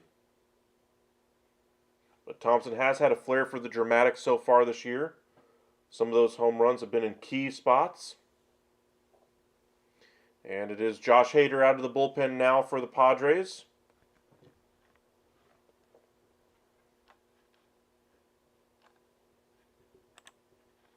Taking over for Nick Martinez.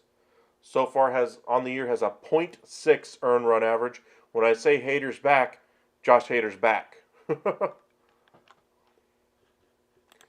So it'll be very difficult here sledding for the Dodgers, you'd think.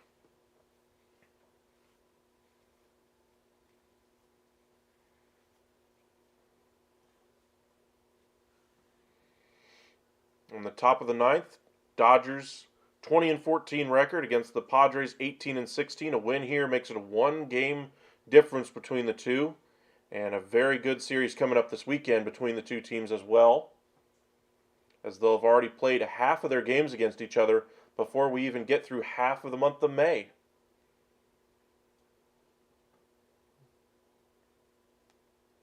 And they do decide to go the pinch hitter. They're going to opt for the power as opposed to the patience of a Peralta. Trace Thompson has been announced as the pinch hitter. Probably the best way to go anyway. As good as Hader is, you really need your best chance to score at least one. So if Thompson can get a hold of one here, Dodgers will be right back in it. Hader with that trademark long hair wears his number 71. 15 games, has thrown 15 innings. 36% strikeout rate. Has 11 saves so far, tied for most in Major League Baseball.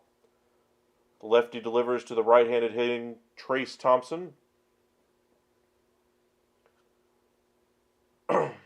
Related to NBA great Klay Thompson. Takes ball one there. Looks like there's a discussion being had between Hader and the umpire about something. Fixing something on the mound. Hader's just kind of digging it in with his feet right now. His landing spot, I guess, isn't quite right.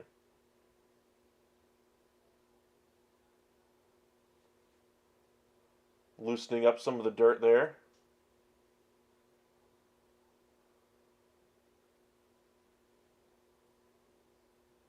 And it looks like they're going to ask for the grounds crew now to come on out. See if they can loosen it up some.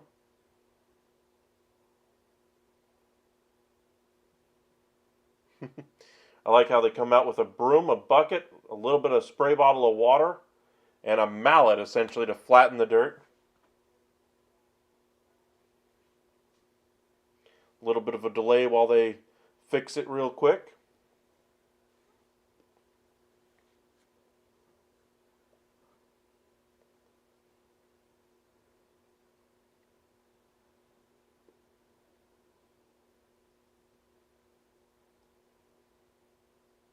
Looks like they're trying to put some softer dirt in there from a bucket.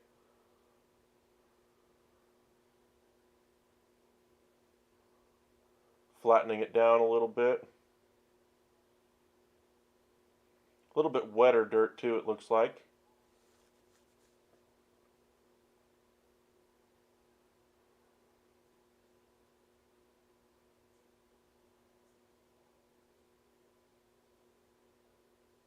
Hader didn't like how his ankle almost turned on his follow-through on that one, it looks like, as they show the replay.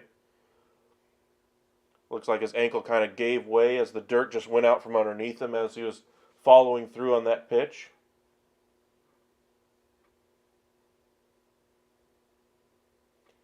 Looks like they got it fixed.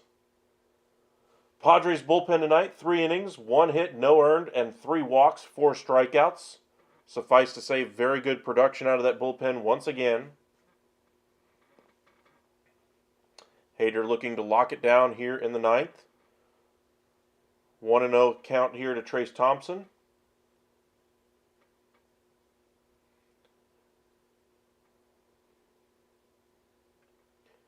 This one misses just a little bit inside. 2-0. If you see your pitch here, if you're Trace Thompson, you have to swing. You'd think even with the 2-0 count. This one right on the inside corner, grounded to short. Bogart's up with it, flips it to first. Cronenworth with the easy play there. And one away here in the top of the ninth inning. Chris Taylor due next, 1 for 3 with a strikeout so far today.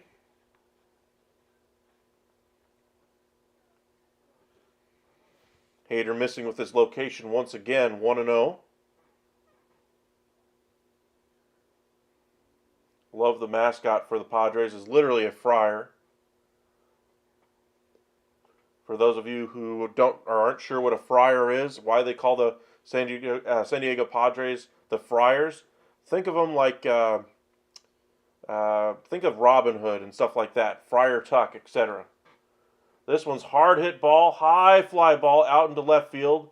Soto looks like he has room just in front of the warning track. Taylor gave it a good ride, but Padres are down to their final out. They show the mascot again, trying to get the crowd pumped. He's a good mascot. What can I say? I actually like that one.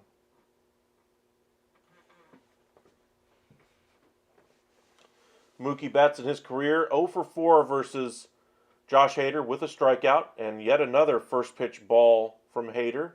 This one misses inside. Not exactly crisp with his location here tonight. The 1-0. Lashed back to the screen. 1-1. The entire crowd now pretty much on their feet right now, as they sense a victory right around the corner.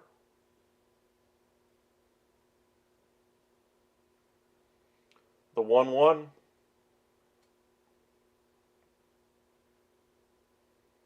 Just off the plate inside. He's kind of pounding that inside of the strike zone just off the plate a little bit. 2-1. Freddie Freeman waits on deck, and then probably the player of the game for the Dodgers, Will Smith. You're really hoping not to get that far if you're the Padres. That one misses about 1.5 feet inside, almost hits Betts. Bends out of the way, and it's now 3-1.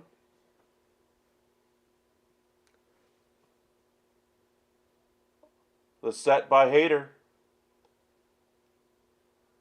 The 3-1. Wow.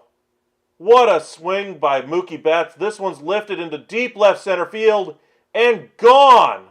That one finally came over the plate, and Hader gives up the save, blown save for Josh Hader, and the Dodgers have tied it here in the top of the ninth. We've had a knack for picking games.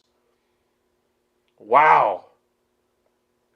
Looks like we might be on board for extra innings or more drama here, but Betts turned on that one and just absolutely annihilated that one. Gets it a couple rows deep into left center field. Just wow. Check swing there by Freeman. They say he goes around. Hader a little bit defeated on that one. Kind of snaps the ball back. But Hader hasn't been crisp with his location. He misses low and away here, 1-1. But you got some good power at the plate with Freeman and Will Smith waiting on deck.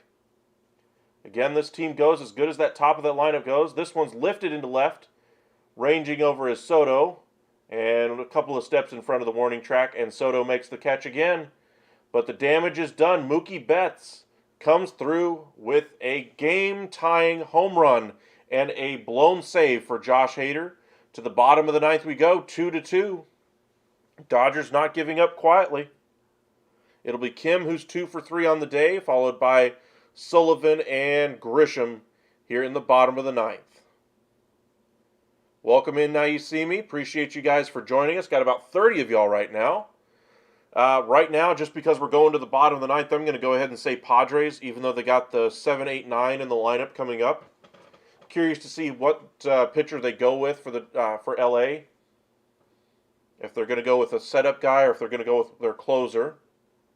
But they do tie it up here in the ninth. They haven't had much going all game. Padres have certainly had their chances to extend the lead and just haven't. But Hader looked like he was just missing his location, and he missed his location in just the wrong spot, and Betts made him pay. First home run of the game. And what a time for it, as Mookie Betts ties it at 2. Padres bullpen before that had been fantastic. Looks like Caleb Ferguson is going to come out of the bullpen and replace Victor Gonzalez on the mound. Another lefty. That's Sam Feeling. Welcome in. Yeah, the Padres blowing one here. But again, it's still early in the season. I wouldn't worry too much about it. Good performance out of their bullpen outside of that home run given up by Josh Hader. They could still come back and win it here with a walk-off. Maybe that's what they wanted to do, give their fans something to really send them off with. Welcome in, King JJ. He's been that way for a while, my friend. 2 runs, 4 hits, no errors for the Dodgers. 2 runs, 9 hits, 1 error for the Padres. As I mentioned, they've had their opportunities. And Betts just did not miss. Hader, I think, knew it right off the bat. Just kind of knelt down there on the mound. Hoped it wouldn't go, but that was at least 2 or 3 rows back.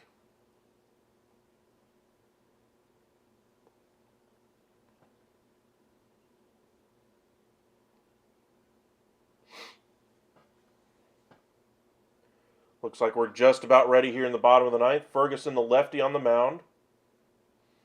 14 games and has 13 1/3 innings pitched, 1.35 earned run average. Strikes out about 23% of batters he faces.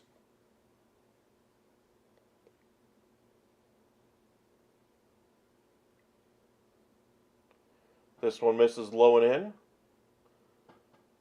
in.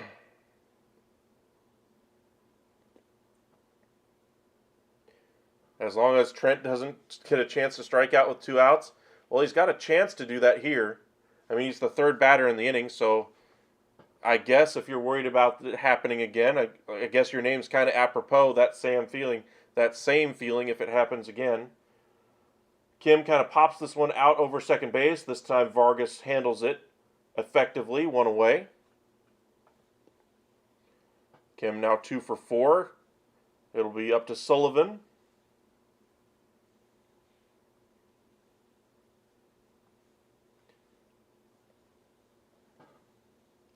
Got a fair amount of Padres fans in our chat.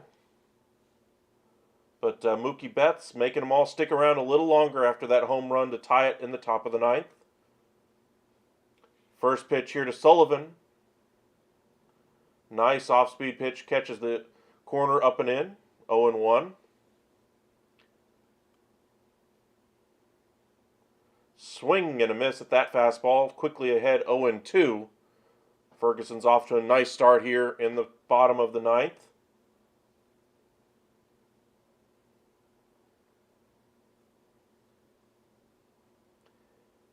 And watches that one go by for strike 3. And it will be Trent Grisham up with 2 outs here in the bottom of the ninth. He does have some power. A little bit surprised Sullivan just took that pitch right down the middle, honestly. I mean, get the bat off your shoulder, my friend.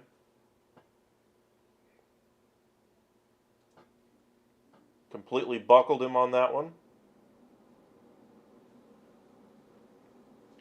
Let's see what Grisham can do here. Came on as a pinch hitter earlier in the game. Took over in center for Adam Engel. First pitch to Grisham. Off-speed cutter. I'm not sure that's a cutter. That looked more like a curveball. But either way, it's strike 1 here to Grisham. 221 on the year. 4 homers, 12 RBIs. The 0-1 misses just off the outside corner. Pretty sure Pitch Tracks had that nibbling at the corner. In either case, it's now 1-1. Grisham being very patient right now.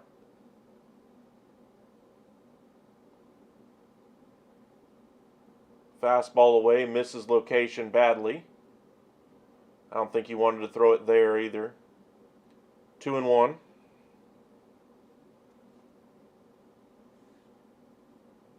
Tatis Jr. waiting on deck.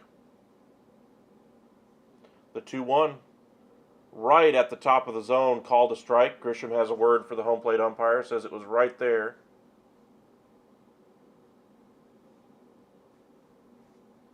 The 2-2 pitch.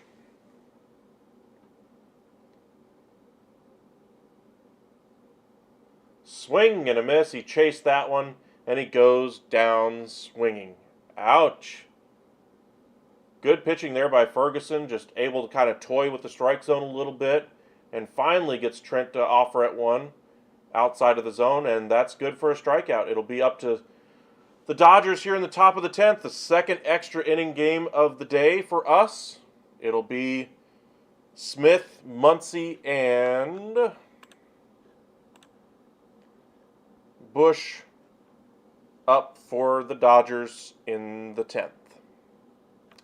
Smith has had a great day for the Dodgers. Remember, a runner will be on second base to begin the inning.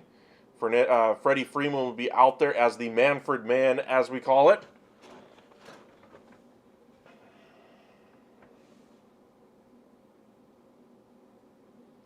Well, he's not clutch so far this year. He was clutch for y'all in the playoffs last year, so I get the frustration with his struggles early in the season, but come on, man. Recency bias a little strong on that one.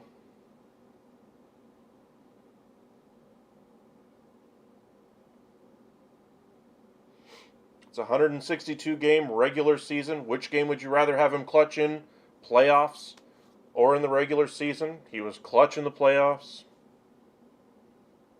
Just saying.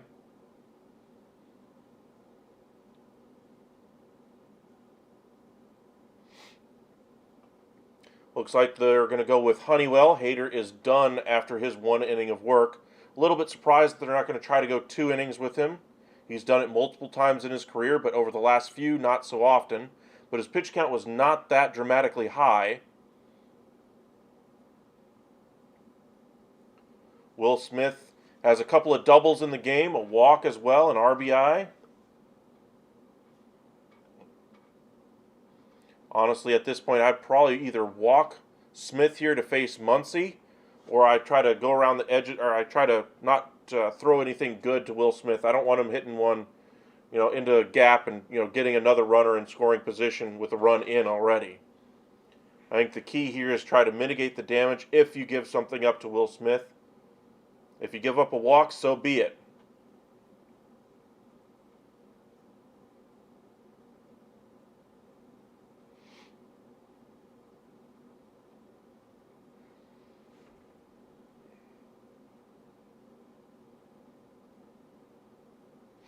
Honeywell in 13 games has gone 18 and a third innings, a 245 earned run average. Right around major league averages for about everything else percentage-wise. The set and the pitch. Well outside. Freeman does not go on that one. Had a really good secondary lead, though. He is not the most fleet-of-foot guy, but you don't necessarily want to get him a walking start towards third base. Will Smith hitting .310, 4 homers, 16 RBIs, and a .979 OPS. Just some gaudy numbers. Change up on the outside corner, evens it up at 1-1. Got about 40 of you guys watching right now. Make sure you like and subscribe to us. Follow us on Twitter at UpsideSN for whenever we do go live next. Little tapper up the middle. This will advance the runner. Kim fields it and throws on to first for the easy out. But he gets the job done and advances the runner to third with less than 2 outs. Dodgers play really good actual baseball, getting the runner over and in. So I imagine that's kind of be the strategy here for Muncy. Whatever he tries to do, he's probably going to try to hit it in the air into the outfield. Freeman, not the most fleet-of-foot guy, so if they're able to get it on the ground, there is a chance he will not try to run home because he's not the fastest runner. That one up and in. 1-0. Swing and a miss at a changeup down beneath the zone. It's now 1-1. Looks like the infield is drawn in here to try to cut down the runner at the plate if it is on the ground.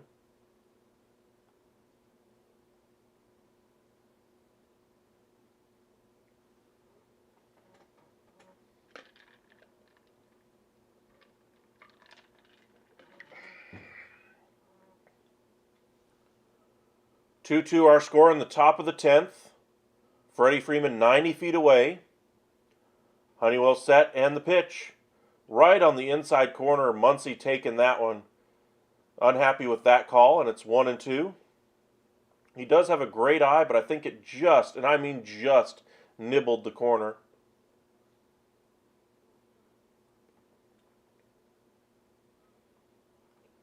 The 1-2 pitch. Hit hard, but right back to the screen. Remains 1-2. Welcome in, Mia. Appreciate you for joining us. Your Dodgers came back a little bit here. Home run by Mookie Betts in the 9th tied it. We are now in the 10th. Padres trying to keep it a 2-2 ball game.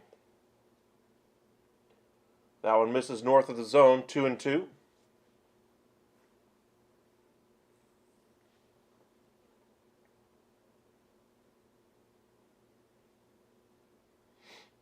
Very patient hitter in Max Muncy at the plate. Honeywell shakes off Sullivan. The set and the pitch. Right on the outside corner. Beautiful pitch by Honeywell.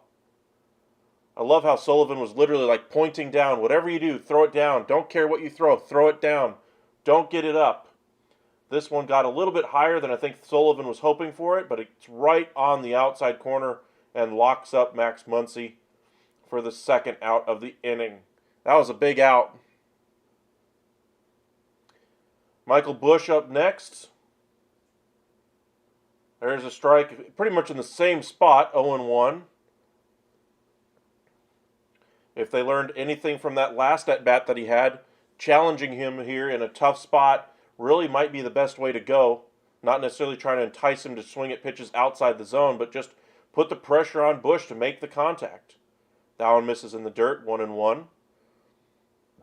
Busch hitting 188 on the year.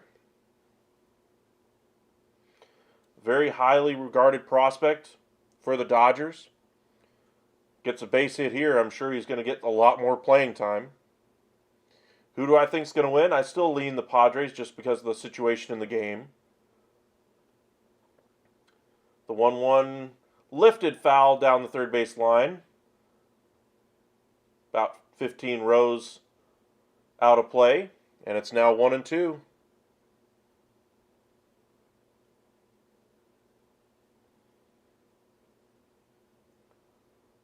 Dodgers have expended a little bit of their bullpen now. Padres still have some arms out there that they can go with as well if they need length. That one misses up and away, 2-2. But if the Dodgers get this run in, then the onus is put on the Padres. But the question here for them is, are they going to be able to get the job done? The rookie trying to come through here for the behemoth out west in the LA Dodgers. This one misses well outside.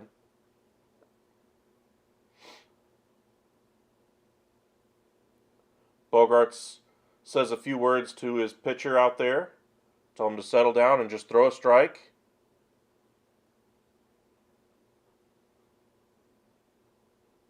The 3-2 pitch laced into left field, and this one gets down in front of Soto, and the Dodgers take the lead 3-2. What a piece of hitting there by Michael Busch. That's probably the biggest hit of his career as a Dodger in Major League Baseball. What a big hit for the Dodgers right there. They needed that one. They needed somebody else besides Freeman, Betts, and Smith to come through for them, and they get it there with a base hit by Busch. I like your point there that you have there, that they will have the speed of Trent out there at second base. But now the job is they have to get that runner to score. Pickoff attempt. They're calling a balk on Honeywell on the pickoff attempt to first base, saying it did not come set or step off or something. Melvin and Honeywell both are kind of questioning, like, what? And now the runner is in scoring position here. Dodgers threatening to get an insurance run now. Josh Outman at the plate, 0 for 3 on the day. Swing and a miss at that one beneath the zone, 0-1. Dodger fans, you got to really like what you're seeing right now.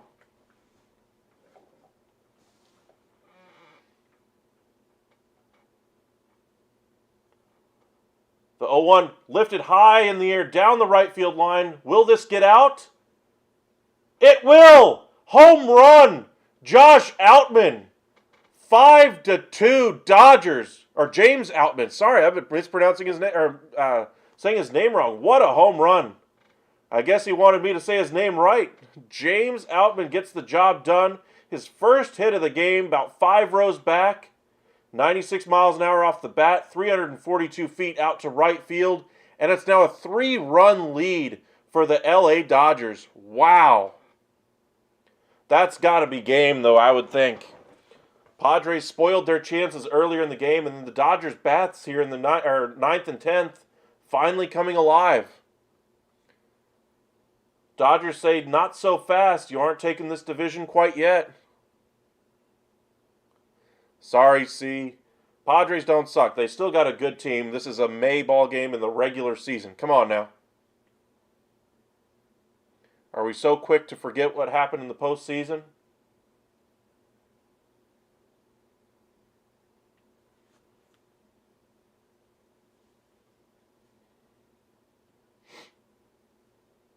This one's fouled off by Vargas.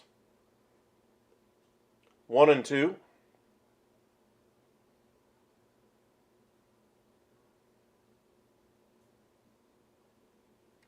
Dodgers own the Padres, maybe over the last 9-10 years, but come on, man.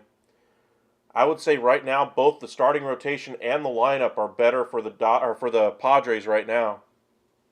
Now, if you're saying it's a mental thing, yeah, it's anytime you have somebody that's been a better team for a long period of time, it's going to be a mental thing to finally clear that hurdle.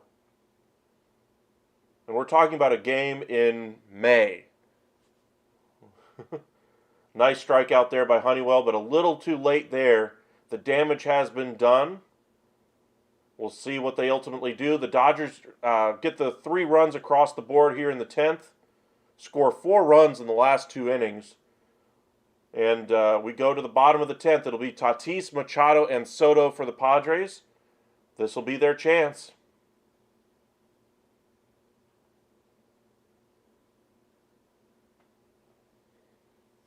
They will have Grisham out there in scoring position already. My team, the Rangers.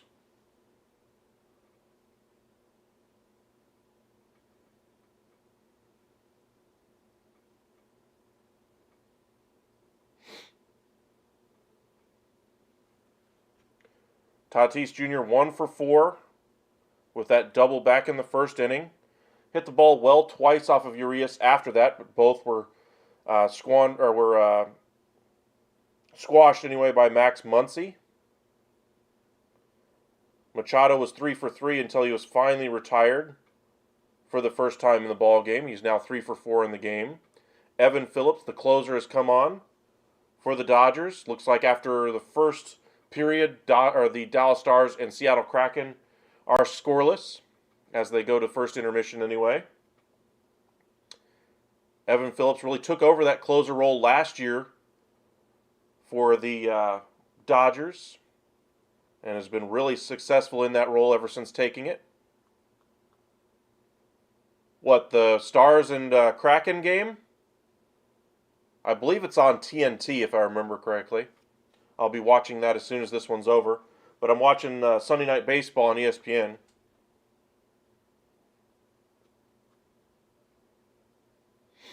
As soon as I finish this one up with you guys, I'll be flipping over to the Dallas Stars about as quick as anybody could ever switch over channels in human history. That's how much of a Stars fan I am. Nice play by the fan making the catch out there in the outfield, though, on that home run by Outman. Dodgers might have really found themselves a real player. Plays some center field for him. Solid defensively out there. Through about a month and a half now, he's been every bit the player the Dodgers could have hoped for early this season. As I said, Grisham is out there on second base. Tatis Jr. is up first. The set by Phillips, and the pitch lifted high in the air, deep center, on the edge of the track. Making the catch is Outman, throwing it into third. Grisham will make it standing, though. Gets the runner over to third with less than 2 outs, but still, you're going to need 3 runs. And out there doesn't get it done. That was kind of a get me over pitch there, and Tatis just missed it. Got underneath it just a little bit. Machado, who's had a good game today, due up next. That one's a strike there, 0-1.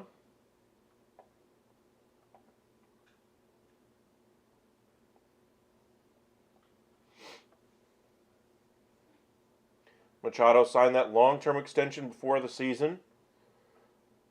He has been very clutch for them. We saw that in the postseason last year. Would really like to see it here in the 10th. It is a 3-run game, though, so even if Machado hits one out, you're still going to need another run. That one misses there, 1-1. Or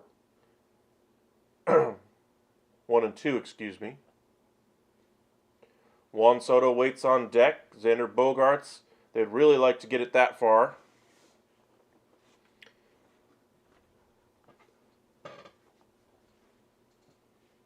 Matt Carpenter loosening a little bit in the dugout just in case he is called upon to pinch hit. Probably for Nelson Cruz, if they get that far into the lineup.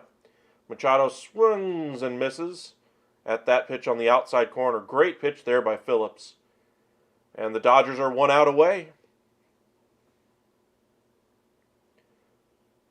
Dodgers looked pretty much lifeless for about 8 innings in this game, outside of one threat in the 6th. Outside of that, they pretty much didn't do nothing. And then finally in the 9th inning, Mookie Betts hits that home run off of Josh Hader. Evens it up. We go to the 10th, and then 3 runs cross in the top of the 10th for the Dodgers. That one misses low to Juan Soto, 1-0.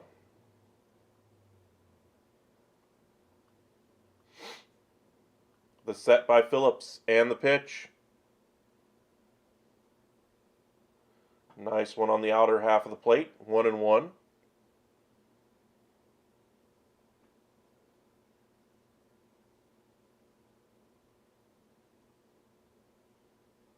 Swing and a miss. This one foul tipped into the catcher's mitt, just a little off the outside corner.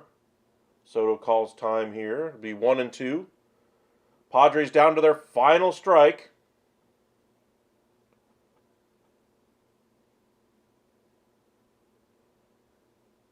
Grisham on third base. 1-2 here on Juan Soto. The set by Phillips and the pitch. This one's tapped out to first base. Freeman flips onto Phillips covering, and Soto is retired. That's the end of the ball game. 5-2 is the final. Not exactly what we thought we'd see at the very end, but Josh Hader blows the save in the 9th. He had been tied for 11 saves in Major League Baseball. Or tied for most saves in Major League Baseball with 11, and gives up that home run to Mookie Betts. That was probably the biggest hit of the night. And then we saw Michael Busch come through in the 10th, getting home that run. And then James Outman with a 2-run home run to really solidify the win here for the Dodgers. Kind of taking one from the jaws of defeat and making it a win. What a great job by the Dodgers, just persevering. 5 runs, 6 hits, no errors for the Dodgers. 2 runs, 9 hits, 1 error for the Padres. Questionable defense on both sides at different moments in the game. But the biggest thing on both sides for the Dodgers, they really kind of persevered, got things done, and they really rely on that 1-2-3 in their lineup. If they aren't going well, they usually aren't winning games. And Mookie Betts proved that again, proving that if Will Smith gets the job done to score the first run. Then I'm going to get the job done to get the second run and tie it. And then hopefully the other guys can join in by the end of it. That's what happened for the Dodgers side. On the Padres side, they had multiple opportunities to extend their lead in this game and just couldn't get that third insurance run on the board. Josh Hader really would have loved to have had that. Welcome in, Relly. But appreciate you guys joining us tonight. Couple of extra inning games today. Going to go watch the Stars and Kraken, Game 3 of the Western Conference second round series. Tomorrow, 8:40, we will have the Texas Rangers and the Seattle Mariners. Make sure you join us there. Make sure you hit that subscribe button, like the video. It really does help us out. I cannot thank you enough or tell you guys how important it is that you like and subscribe to us here at The Upside. We really do appreciate it. It helps us out immensely. So those of you who already have, thank you very much. And again, make sure you follow us at UpsideSN. That way you're notified whenever we do go live or we do post a video. We will post it on our Twitter page. Facebook is going to be Upside Sports Network as well. But thank you guys again for a great day of baseball, extra inning baseball in both of the games, Baltimore and Atlanta, and now Dodgers and the Padres. Great day of baseball. On to watch some hockey. Y'all have a great evening.